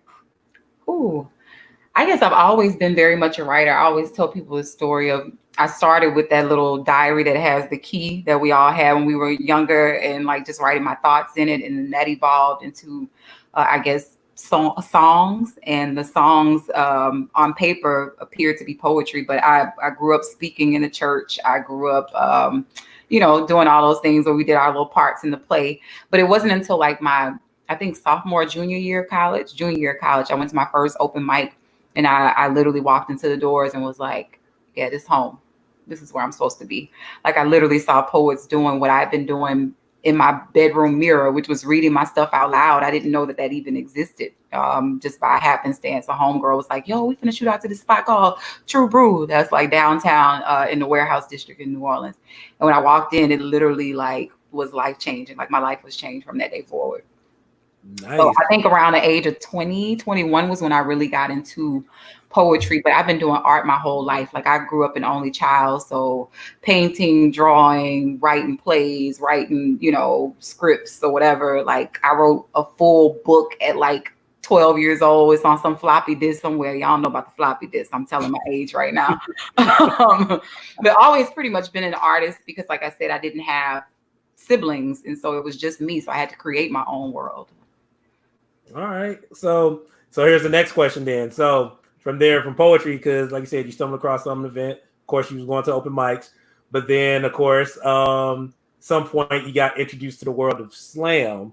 So, how did you stumble across that, and what made it's a two-part question. How did you stumble across slam, and then what made you stay with slam for a while? Stumbled across slam. The person who is now my best friend, my bestie, my sister, Asia Rainey, who is a bomb poet in her own right. She's from New York, but now is in the Georgia area, in the Atlanta area. She had this slam. We used to do this open mic at a spot called Juju Bag, which is like in Gentilly area in New Orleans. I'm naming areas like y'all know where I'm talking about. But walking through it with you. Let's go. Take us on the journey. They were having a slam. They had all these fire poets. I had never slammed. I literally like really new to poetry when I first entered slam. So when you saw me on Team Snow and everything, that was literally like me being like a second year or third year poet, if that long. And so I entered this competition or whatever, this slam, and I did well. And then after that, they had a slam at Sweet Lorraine's with African American Shakespeare. I don't know if y'all know Shakespeare. He was hosting a slam, and I didn't make the team. I think Akeem, Quest, some other people like made the team, and I didn't make a team. And so they had like a knockoff team or whatever that this other girl in Tallahassee was starting. And I think Huggy or somebody hit me up like, yo, this chick having a team that she putting together to go to Southern Fried. You want slam for her? And so I had to read a poem for her over the phone, and she was like, cool, you on? So me and my homegirl literally like did a poem over the phone. You're on the team, and we drove out to Tallahassee. That was my first Southern Fried. This is like 2008, I think. And we drove there in my homeboy's car, and we like polished off a gallon of vodka by the time we got there, and we had about that same night. And I don't know how I made it through, but it was just I was hooked after that. I grew up playing sports. I'm a former athlete, and so competition was just in my nature. And so I got into slam that way. And then when I got onto Team Snow, it was just like I found my family. And so I think I stayed in it mostly for Snow. It wasn't even about slam or and it was about the slam community, like my Southern Fried community more than anything. National community, cool. But like my Southern Pride community and for Team Snow was why I stayed as long as I did. And so when I finally did, like, I guess retire from Slam a couple of years ago, it was just that, you know, my family wasn't in it no more. So it was just no longer fulfilling for me. I felt I needed to step aside and let some younger blood take over. I felt like I had done most of whatever I could do in this genre and was ready to use my work for more healing purposes than, you know, competition. So now I just sit back on the sidelines and watch everybody else do the thing and have heart palpitations over scores. Trust me, I understand that all too well now, especially with me, because I don't even slam as much. Everybody asks me why I retired, and I'm like, I'm just coaching the team. So, so you've done a lot, and I know I'm not gonna have too much time to go through it, but if you guys, so I'm gonna put this out there like as best as I can. So if you guys that's listening, if you don't know about Team Snow, look up Team Snow. One of the most recognized slam teams, legendary. Like seriously, legend. Like when people do team pieces, they model them after y'all. The way y'all put y'all team pieces together, like there's no denying that. Because y'all had that family link up. Y'all done so much together. Y'all won y'all National Poetry Slam champs. You along yourself, you was ranked as one of the top women in the world when it came to Women in the World Poetry Slam. Forgive me if I can't remember the rank. I apologize about that getting old. But I know it's like it don't matter. It don't even matter. But you've done like momentous things. So I guess the question, whether it deals with art or you can just talk about your life in general, what do you feel has been your greatest achievement thus far? Man, you asking some good ass questions, LJ. Man, greatest achievement thus far. A lot of my answers right now might not be as juicy as people might want to hear. Like, oh, it was when I won, blah blah blah. Or for me, my greatest achievement thus far has been like still being alive, like surviving, being a Black woman in this country. But more than anything, one of my greatest achievements has been healing myself.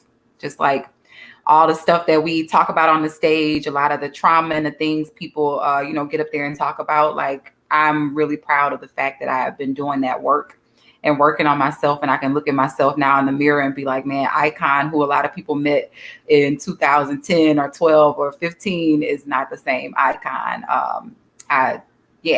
So I think doing the healing work is like one of my biggest and most greatest achievements that I'm still working on because it's not done yet. You know, it's never going thing, but just making the initiative to even say that I want to heal and I no longer want to walk in that mess, or I no longer want to walk in that trauma, or I no longer want to, speak it or live in it. I think is the greatest accomplishment thus far, because if you got that, then you can, you got life. When there's healing, there's life, Definitely. Yeah.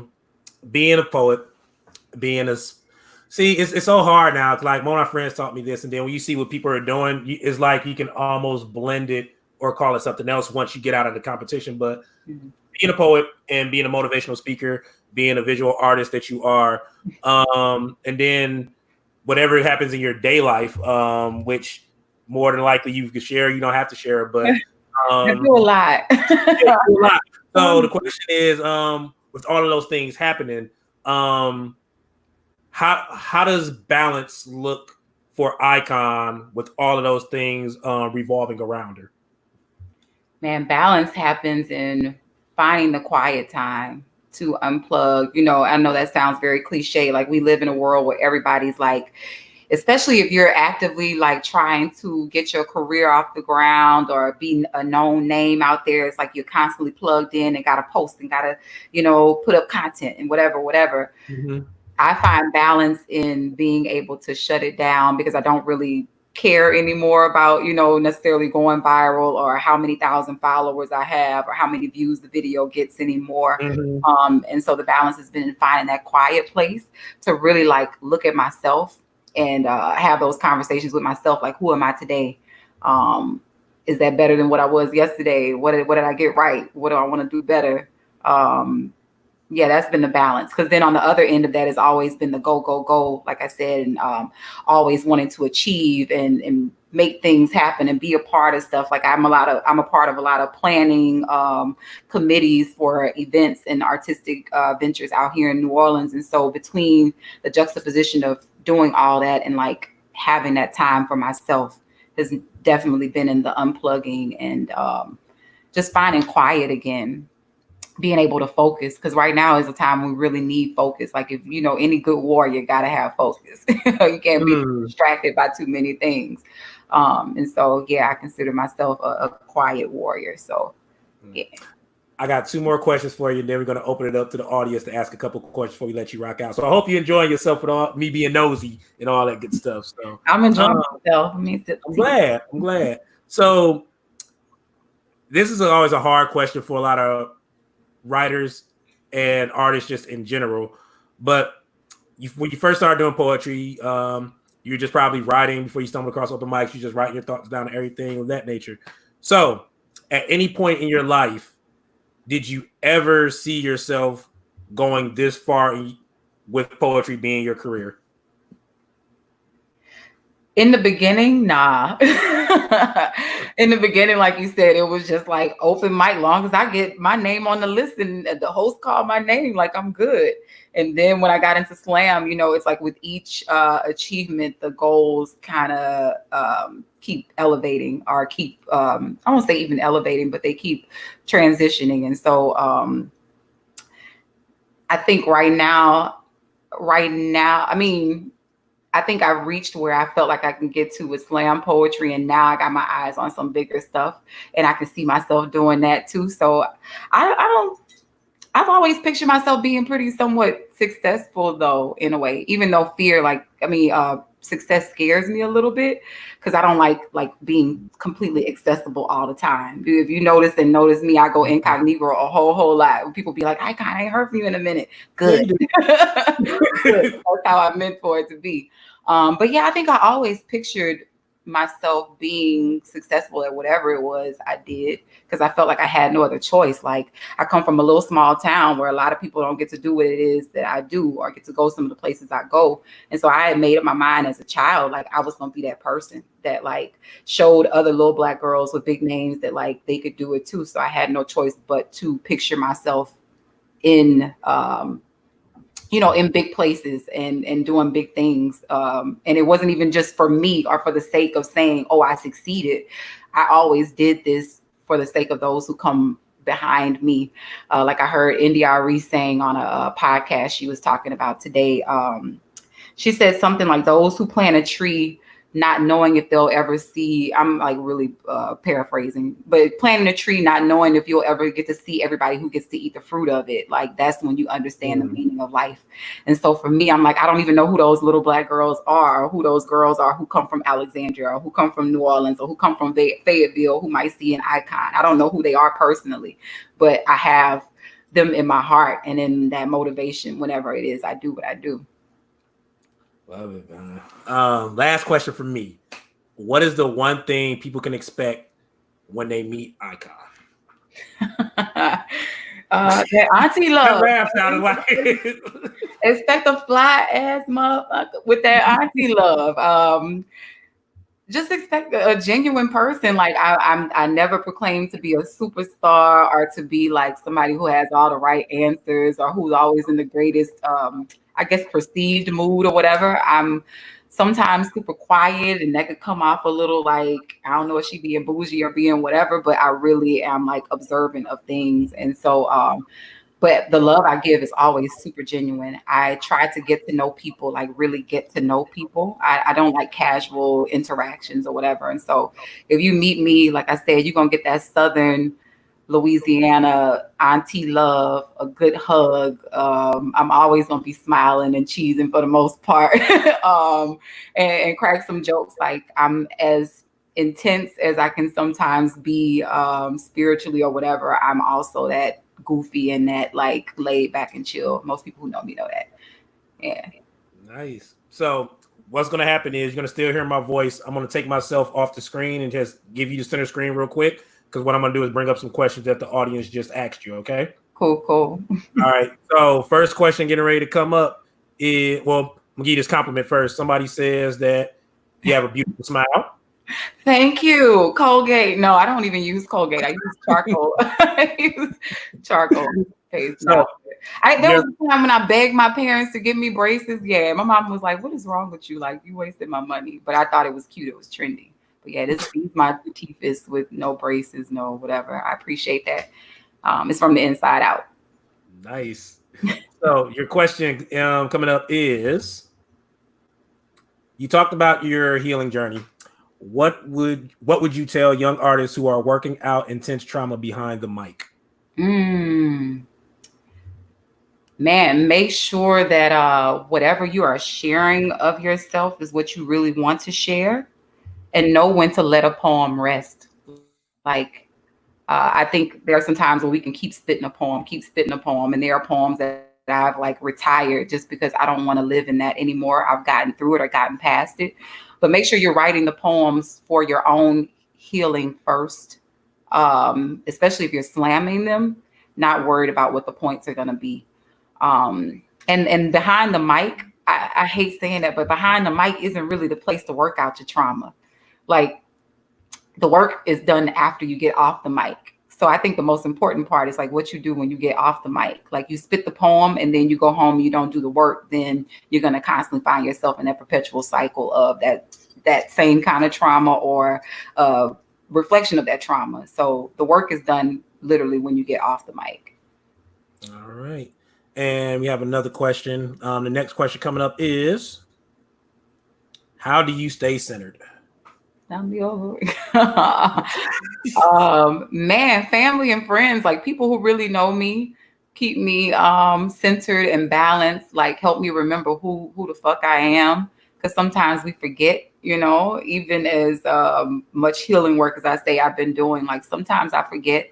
And so like remembering my name, like sometimes just going in the mirror and looking myself in the eye, like I said before, and like just really analyzing every day. We move through the day and then we go and we lay our heads down and we go to sleep. We don't really think too much about like the day and what we did that day or like what we worked on that day. And so I try to stay centered by keeping myself surrounded by people who I know genuinely love me. Like, it ain't about having a big clique or a bunch of friends no more. I've never been a super duper popular person. Poetry is probably the most popular I've ever been in my entire life. And so keeping those people around me who really like know me and really fuck with me is how I stay centered. All right. And we have another question, or more so, it's a question. I was trying to read how they wrote it. So, tell us a little about your motivational speaking. Do you blend your poetry into it? That's a very good question. I didn't even know I was a motivational speaker. I think into existence for you. I've been given the title of motivational speaker. I be trying to motivate myself. A lot of the poems and things that people hear me spit are literally like letters I write to myself that I share with people. So All the Little Black Girls with Big Names was a letter to myself because I used to be very self-conscious about my name. Like, I wanted a really cute, beautiful name. Like, I got cousins who have names like Sasha and Brandy and then there was Shakandria, which didn't seem beautiful or melodic or feminine to me. But like, I literally had to find a way to like redefine it for myself. And so, yeah, I feel like I do blend it into my poetry because a lot of my poetry is very empowerment based. I feel like, especially when it comes to women and little Black girls, I'm always speaking to motivate us to just like know what name you want to answer to. And when I say name, I'm not just talking about your name, your moniker, like know who it is you want to answer to and how you want to show up in the world. All right. Do we have any more questions? Going once, going twice. Yep, pretty much. Going once, going twice. Good. All right. So, ladies and gentlemen, coming all the way from New Orleans, Louisiana, I met this woman back in 2010 at my first Southern Friday was in Knoxville, Tennessee. Seeing them. That one. I know, right? Seeing them. I'm not laugh at this part. I'm about to say how I met you. So I met them. I saw them perform going against Bull City, and they were on the final stage, and they were phenomenal. And I was like, cool. Hopefully I get a chance to like know them, talk to them, and just get to know the ropes, because it was like one of my first big things I've done. And I literally met them. I'm not going to go into detail, but I literally met all of them one by one at like the parking lot party that was outside the after party, and everybody was drinking and listening to some New Orleans bounce. And that's a whole other. Yeah, I'm not gonna say I'm not going too much into it. But I remember bottles of champagne or something on the parking lot. Yeah, it was. I remember people. There was a incriminating picture of cat or something. I think with a bottle of champagne. I don't know. But yeah, I do remember that. I have so many fine Southern Fried memories. There's a lot of shit I can't remember, but I remember a lot of. Trust me. I'm ready to do that. And this was the year I was gonna come back and like pop up on everybody and like. Ah, man, you know, that's a whole other discussion. We gotta talk about that offline. But this wonderful woman, like I said, has been on the award-winning slam team known as Team Snow, legendary team, whose members have went on to do fantastic things. All of the members, especially Grammy nominations and whatnot. Yeah, Grammy nominated stuff. It's been wonderful. Also being a ranked woman in the world for poetry, just doing events, and not only in her area but the whole country. It's phenomenal to know great artists. Is even more special when you know phenomenal artists that are genuinely great people and have great spirits. I love this woman to death. I'm so glad that she was able to feature here on this show. And like I said, when everything clears up, we definitely go get you back here at Fayetteville in one way, shape, or form. But right now, this is going to be the introduction as to why everybody knows why we need to get you here to North Carolina. Ladies and gentlemen, boys and girls, children of all ages, coming up to the stage, your feature for tonight, the wonderful, the lovely Alexandria Sibley, or what y'all know her as, iCon. The floor is yours. Yeah, don't love me to death, love me to life, love me to life. But yeah, I appreciate love your life. Got you. I thank you so much for having me. I'm gonna do a few poems, I guess, and get out of everybody's way. I'll do a mixture of I guess a old, a new, or whatever. I do have a book that's coming out soon. I'll give everybody details on that later. But my mama said life would be this hard. Growing up days as a Black girl scarred. In every way, still we come so far. But they just know the name, they don't know the pain. Please hold your heads up high. Don't be ashamed of yourself. No, I carry you forth till the day I die. But they just know the name, they don't know the pain. Black girl. Black woman steps up to Mike. Black woman has a poem. She has a poem gestating deep inside her belly. Can feel the painful pulse of contraction, her mouth fully dilated, but she's afraid to push. She's afraid to push the poem from her lips for fear that the crowd will call her baby ugly. Say its cries are unworthy of being heard, or even worse, they will try to kill it. Because see, Black woman has become accustomed to having her babies slaughtered. Black woman has become accustomed to that same kind of death herself. Black woman feels like she should change her name from mother to martyr. Black woman is even afraid to call herself Black woman too many times in this here poem because she has been taught that she is too insignificant to be acknowledged. Black woman steps up to Mike. But before she can speak a word, she already hears the crowd's thoughts. They be like, shut up, bitch. Don't nobody want to hear another one of your Black woman poems. Girl, you can shout and roll your neck all you want. Besides, don't nobody hear your dog whistle of a voice besides other Black bitches. Black woman steps up to Mike. Prays that she gets it right. Realize that in this world, her voice is usually the only darkness in a sea full of white. So she prays that telling her own story is stronger and more powerful than those who try to do it for her or to her. Because see, everybody wants a piece of Black woman, but Black woman can't even speak her own peace. Black woman tries to seek peace between the mic and the crowd and what feels like light years of space. And light travels faster than sound, so Black woman realizes that they will see her before they ever truly hear her.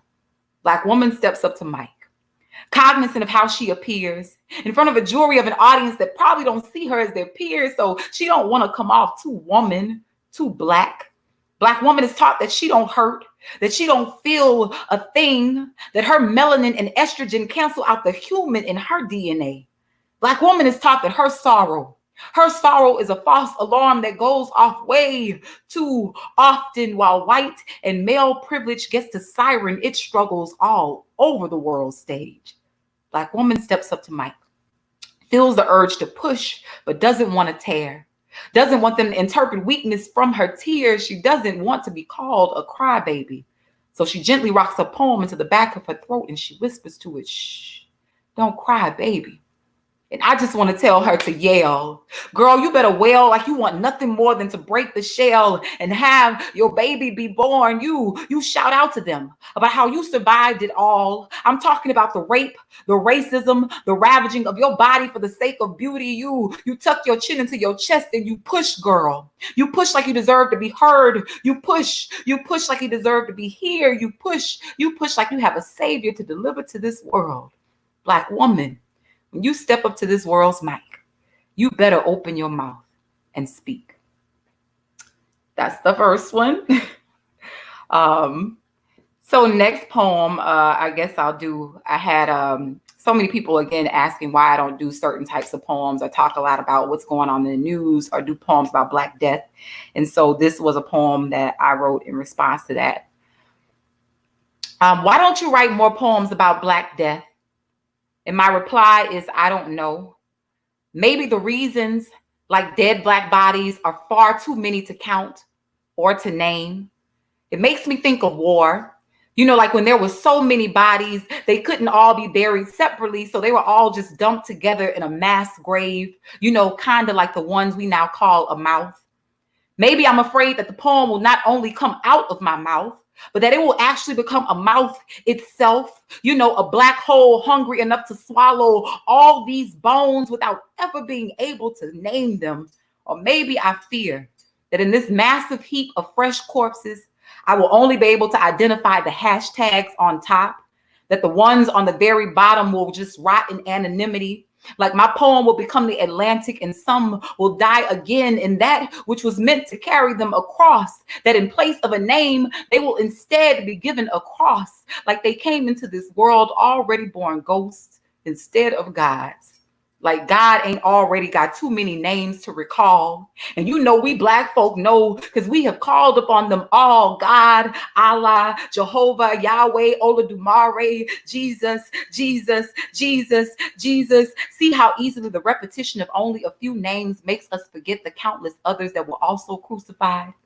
And look at me, centering myself within someone else's chalk outline, wishing I could take these sheets of paper and cover them up instead, so they no longer know spectacle. Don't want an audience staring at all these dead Black names.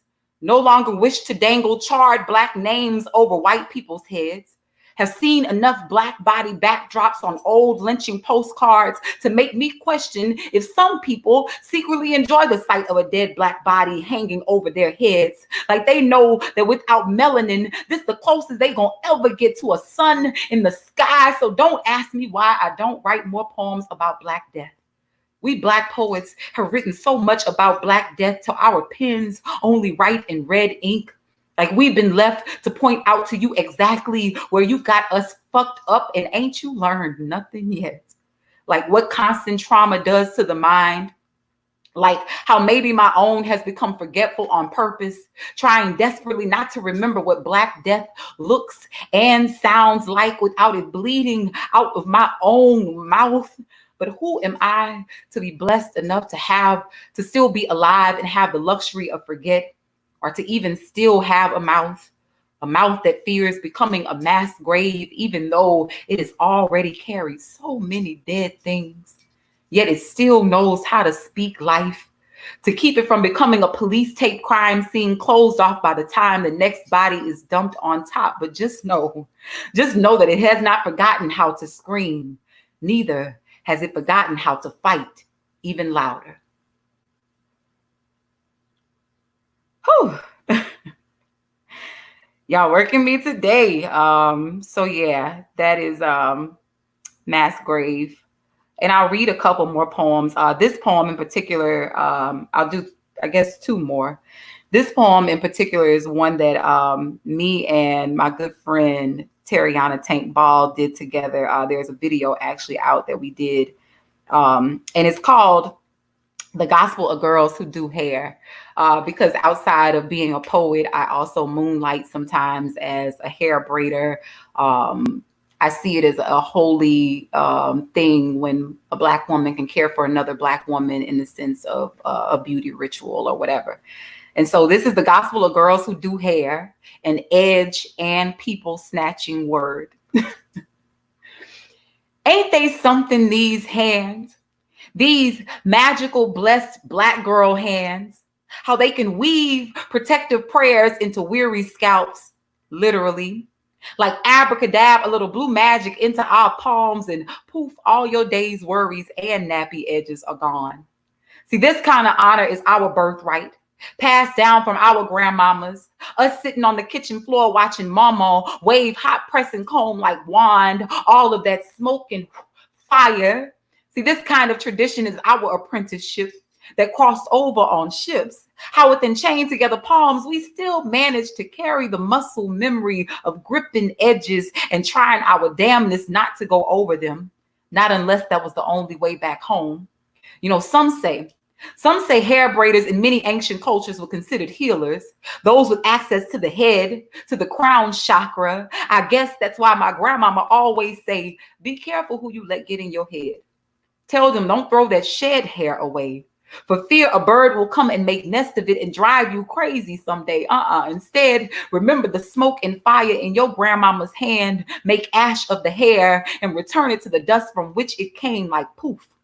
Watch a magic Black girl sitting on the front porch or in the front room or in the kitchen or in the beauty shop teach a whole history lesson about how this entire country was built using nothing but her hands, how she be braiding patterns into hair so we do not forget the way to freedom, tired, aching feet from standing all day, hands so arthritic that all they can do is ball up in a fist like kitchens resisting. She be the greasy finger griot who do business by word of mouth, the same way our people share all things we consider sacred. She who has mastered the art of catching and gripping that which other folk allow to slip right through their fingers. Call her hair savior, walking on waves across continents of coils to create culture out of cuckabugs. Expert in economics 101, that is, how to take nothing, i.e. your edges, and turn them into something. And ain't they something?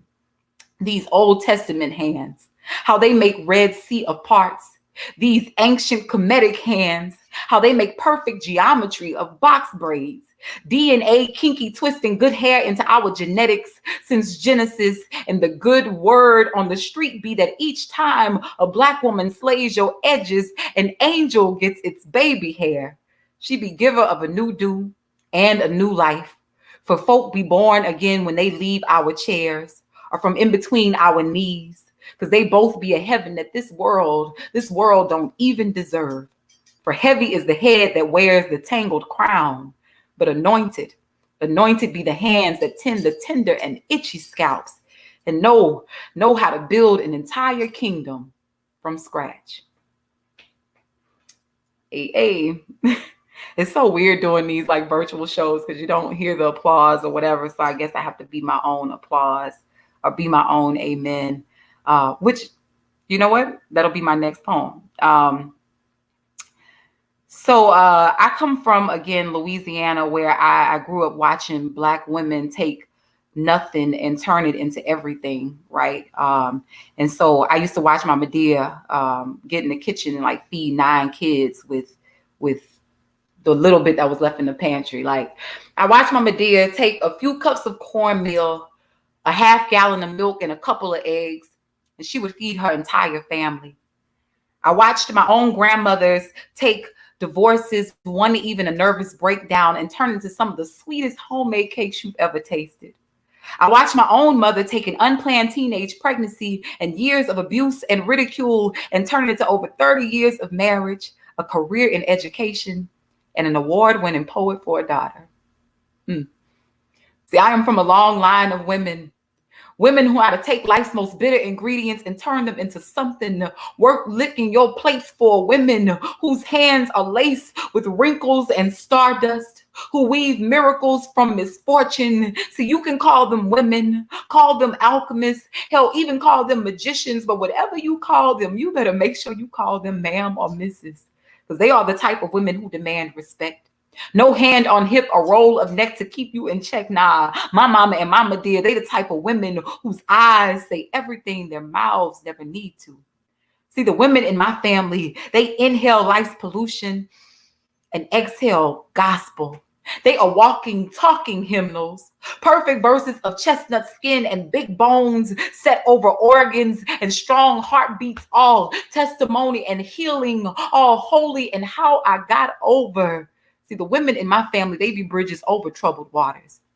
Beautiful examples of how to take life storms and turn them into baptisms. And some days I don't feel worthy of this kind of salvation. For I know that I have been saved by their blood, sweat, and tears. Some days, no matter how much I accomplish, I wonder if I am doing such a legacy any justice. Oh, what a cross to bear. Because see, this world will try to make you forget the strength in your own spine, even when it's in your DNA to bend and never break, even after you give and give and give and give and never take anything for yourself. See, the women in my family have taught me that sometimes you can be seen as a savior, but never as an angel. That's why we've had to learn to take the scars on our shoulders and carve out our own wings, which is to say, we don't need the world to tell us we fly. Although it would be a nice gesture, well-deserved recognition, but thankfully, our mamas and Medias, they taught us how to be our own tambourines, which is to say, they taught us how to shake the devil off our backs and Holy Ghost dance all over his neck. See, their ancestors taught them that. These were the things that cannot be drowned in the Atlantic Ocean, and for them we say, hallelujah. For all those who came before us, we say, thank you, God. For I am from a long line of women who know how to take classrooms and kitchens and turn them into pulpits. They are the type of women who have taught me that when your life becomes a sermon that don't nobody else want to hear, hell, sometimes you got to be your own amen. Amen. Amen. A woman. A. And I have one more short last one, I guess, to leave us out on. If you can't tell by now, like I said before, I grew up in a little country church. And so a lot of my work is very religious, I guess, in metaphor and in nature. Thank you, Nikita J. You are amazing as well. Thank you, Lady Blue. You are absolutely amazing. Corinne. All right. We got all kinds of people up in here.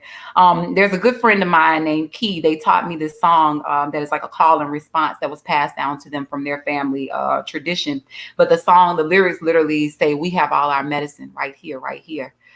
Your heart needs your attention right here, right here. Do you heal? Yes, I heal. Do you feel? Yes, I feel. So everything we need to like conquer all this shit we facing right now, it's not in the weapons. It's not in the whatever, even though that's all useful too. But it's literally what we carry right here that we innately as Black people, as people, melanated people came here with. And that's that medicine, that good medicine. I was telling somebody I never knew that I came from a line of medicine women. I just knew my grandmother knew how to mix up some shit and like put it on you or tell you to swallow it. And next thing you knew, you felt better the next day. And so I carry on the tradition of that, of all of our medicine. This is from my upcoming book. My name is pronounced Holy. I'll have it updated on my website and on my social media, how you can get a hold of that. But I thank you so much for your time, your energy, your ears. I never take lightly when people take the time to listen to me. It is such an honor that most of us poets need to start really taking to heart even more if we aren't already, especially in these times. The day I heal, they will not be here. Not the wielder of every weapon formed against me, of every dis-ease, of every greedy imagination, not even those with ropes and bullets and fire stashed away in the dark corner of their colorblind eyes and their token picking teeth. Never would their leeching mouths know the sweet savor of my scars. Not the covetous vultures, the ones who beg to taste, to devour my whole beauty again and again and again until my bones are nothing more than crumbs scattered beneath their tables. I will no longer offer up my body as a living sacrifice for bellies that are already swollen full. No, I will hold my own blood and my own truth on my own tongue, which is a canon of testaments. I mean, testimonies telling how I already mastered walking across oceans of unspeakable memories without ever having to fear their God. Because neither fear nor their God ain't never been here. Ain't never stepped foot on this boundless body of holy land spun from something much holier out in the ether. Ain't never basked in a glow wide as all existence. Begat from an inconceivable darkness. Begat from a muzzled mouth that still mustered up the power to speak. So let there be this great big light of mine. I'm gonna let it shine in all of its mighty healing power. Like spit mixed with mud to make a blind man see. Like salve glistening in my grandmama's tallow jar. Tallow is something we use to heal. I'll tell you about that later. Like balm to make whole a wound deep enough to carry the suffering of too many Gileads. The day that I am already healed, their God will be nowhere to be found. Only my God will be everywhere, receiving all the glory. Amen and ashe. Y'all, we got this. We are already healed. Woo! Hallelujah. All right.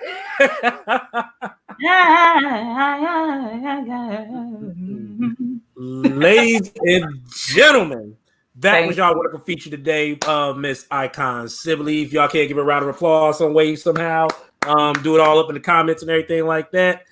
Real quick, because I know I forgot one. How can everybody support you and follow you? You can follow me at Icon the Artist, all Icon the Artist, everything. So like they say, all Black everything. I'm Icon the Artist on Instagram. I don't really do Twitter too much. I think I have a Twitter account that's like icon_the_artist. Facebook, Shakandria Icon Sibley, website icontheartist.com. And if you really want to communicate with me and you don't have access to either of those, I also communicate like my big sister Sunny say telepathically.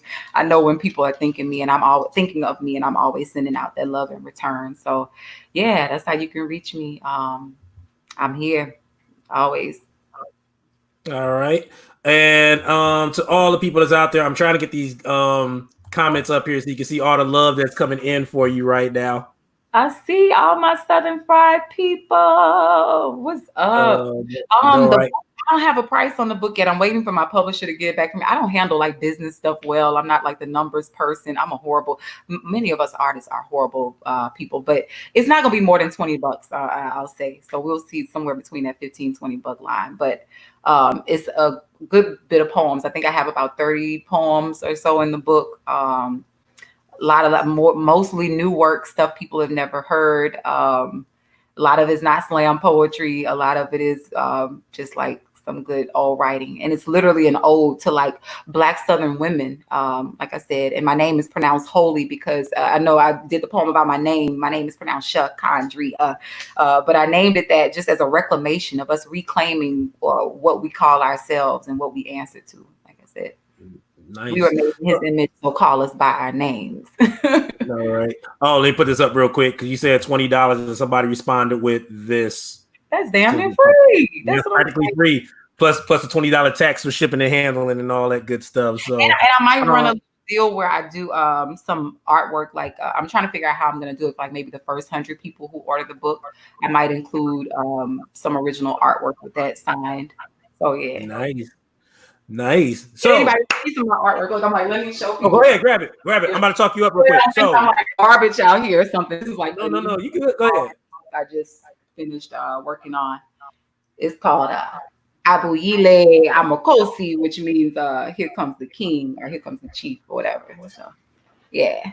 Gorgeous artist, man. I'm glad you brought up all that stuff. So reason being, guys, so her book hasn't came out yet, but you know she's going to probably do some pre-orders. But if you want to support the artist right now, as you can see on the screens that we have posted while she's performing, that is her Cashapp right there. So if you can go ahead and go to Cashapp. You can send some money her way at money sign icon the artist. Let's be honest, some of us didn't pay to get into this event.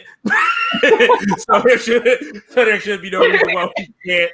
Take that $5 y'all would have paid for the right. donate donate that to the artist. Send some money her way, send her some blessings and all that good stuff. So aside from the book, Icon, before we wrap the show up, what else do you have on the horizon that if you have anything coming up soon, where can people look for you next virtually? Well, virtually, I don't know. I am a part of, I don't know if we've made this announcement or whatever yet, but I'm in a play that's going to be coming out here in New Orleans. I'm actually going to be playing the lead role in that play, in said play, with one of the biggest theater companies here in the city. So I'm excited about that. I'm also, I guess, virtually going to be doing Pass It On, which is a monthly open mic that I've been a part of. The team curating is super duper huge. We are like international now. That's coming up on June 16th. And so I'll be a part of that. And yeah, just follow me on Instagram and all that, and I'll probably be posting. I always have random stuff just popping up. So also working with my youth with No Yam New Orleans Youth Open Mic. We'll probably have another show coming up soon on the internet somewhere. So yeah, that's where I'll be. All right, and where can they follow you at on IG again? Icon the Artist. Icon the Artist. Yes. Name is the Cash App. So this is what we're gonna do. Thank you, Lou. Thank you, Tal. Thank you, Lucretia. Thank you, Nikita J again. Thank you, Lady Blue again for the beautiful spirit. Yeah, thank you, LJ. Like, yeah, this was good. I needed tonight. Oh, I got you. I mean, trust me. I always have a feeling when I do these things. I always like reach out to people who I want to be on here because something tells me by the time this event rolls around, it's gonna be something they one didn't expect, and two is just fulfilling. So I try to keep it home, like we fam. I got you. So always to the day. So real quick, guys, before we end up wrapping the show up, once again, that's our Cash App. If you have not sent her any money, Icon the Artist, and if you want to follow her on IG, you can follow her right there at Icon the Artist. I am getting used to this social media thing. I'm trying to like make this as savvy as possible. So, I like it. We ain't gonna know how to. Real quick. I see what everybody's doing on IG. I cannot mess with IG because this is much easier for me. I could do a lot more. So I can't do the like split screen like that, and then it's not me. I can't do it. I'm not knocking nobody's hustle. I just can't do it. So that's just me. I love you, Icon. Thank you so much. I appreciate you. How can they give you some money tonight, LJ? I love you, LJ. How can we tip you? Man, it's about the artist. Like literally, I'm cool. I'm good. I've been lucky to be okay during the pandemic. I mean, I got hit at the beginning, but God worked a way where I can be fine. So it ain't about me. It ain't about me tonight. It's about the feature. So whatever you was gonna donate to me, donate to her. So even if you sent the money, I got you on a drink or a meal or something. Man, I got you, man. It ain't nothing but love. I promise you. But yeah, if you gonna donate me, Lou, donate that to her. I'm fine. Trust me, I'm good. So I'm gonna let you get back to enjoying your night while I make these church announcements real quick. We done had church tonight. I be taking church everywhere I go. I can't help it. I know, right? But once again, Icon, thank you so much, and I hope you enjoy your night. All right. Thank you. Y'all be safe. Love you all. All right, love you. Take care. All right, guys, that is our wonderful show tonight. I hope you guys enjoyed yourself tremendously. Once again, shout out to Icon. If real quick before we end, if you want to donate to her, once again, if you did not get a chance to donate to her, $, Icon the Artist. That's where you can send the money to. She is definitely dope peoples. Real quick, so the church announcement. So a lot of y'all kind of know about it. So October 3rd, I'll be releasing my book, 310, A Poetic Journey Through Life Hacks. So it's like poetry and life hacks all connected.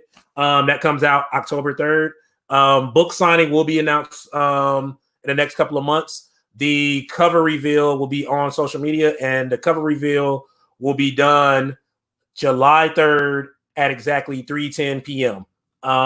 There's a lot of meanings behind those numbers. I have to give y'all a whole rundown of what it means. I promise you, it's so crazy. You're just gonna be looking at me, but that's what I mean. That's my book. Otherwise, this month we're not doing our Ninja Nerd and Nubian show because it'll be a Father's Day weekend. The crew is gonna be relaxing.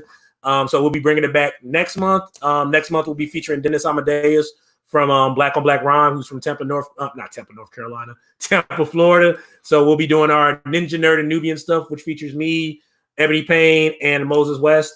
We'll be announcing our next Art Meets Life feature very soon. And we'll be also announcing our spinoff feature for Art to Heart, which is just a 1 hour interview show very soon as well. So other than that, guys, thank y'all so much. I love y'all tremendously. I saw a comment just pop up, and I don't know where it went. Oh my, doing the whole no. I'm not doing a Jay-Z thing. If you want to speak Jay-Z money, then we can talk Jay-Z money and we'll get all that and throw those blessings this way, and then we'll put it back out in the community. But but yeah, we got a lot of stuff going on. And to answer a question that got posed to me earlier, when everything opens back up, when Art Meets Life is able to do another physical show, I know it's going to be different because of everything going on with COVID-19 and everything. So as soon as we get the information, we'll let y'all know. Be looking for an announcement within the next couple of weeks about our poetry festival, the Southeast Regional North Carolina Poetry Festival, because a lot of people have been asking about that and if it's still happening to the date we moved it to in September. So I will let y'all know about that very, very soon. Other than that, guys, thank y'all so much. I love y'all. Make sure y'all support the artists, and always remember, purpose over popularity. Y'all take care, guys, and see y'all next month for Art Meets Life. Peace. As soon as it ends.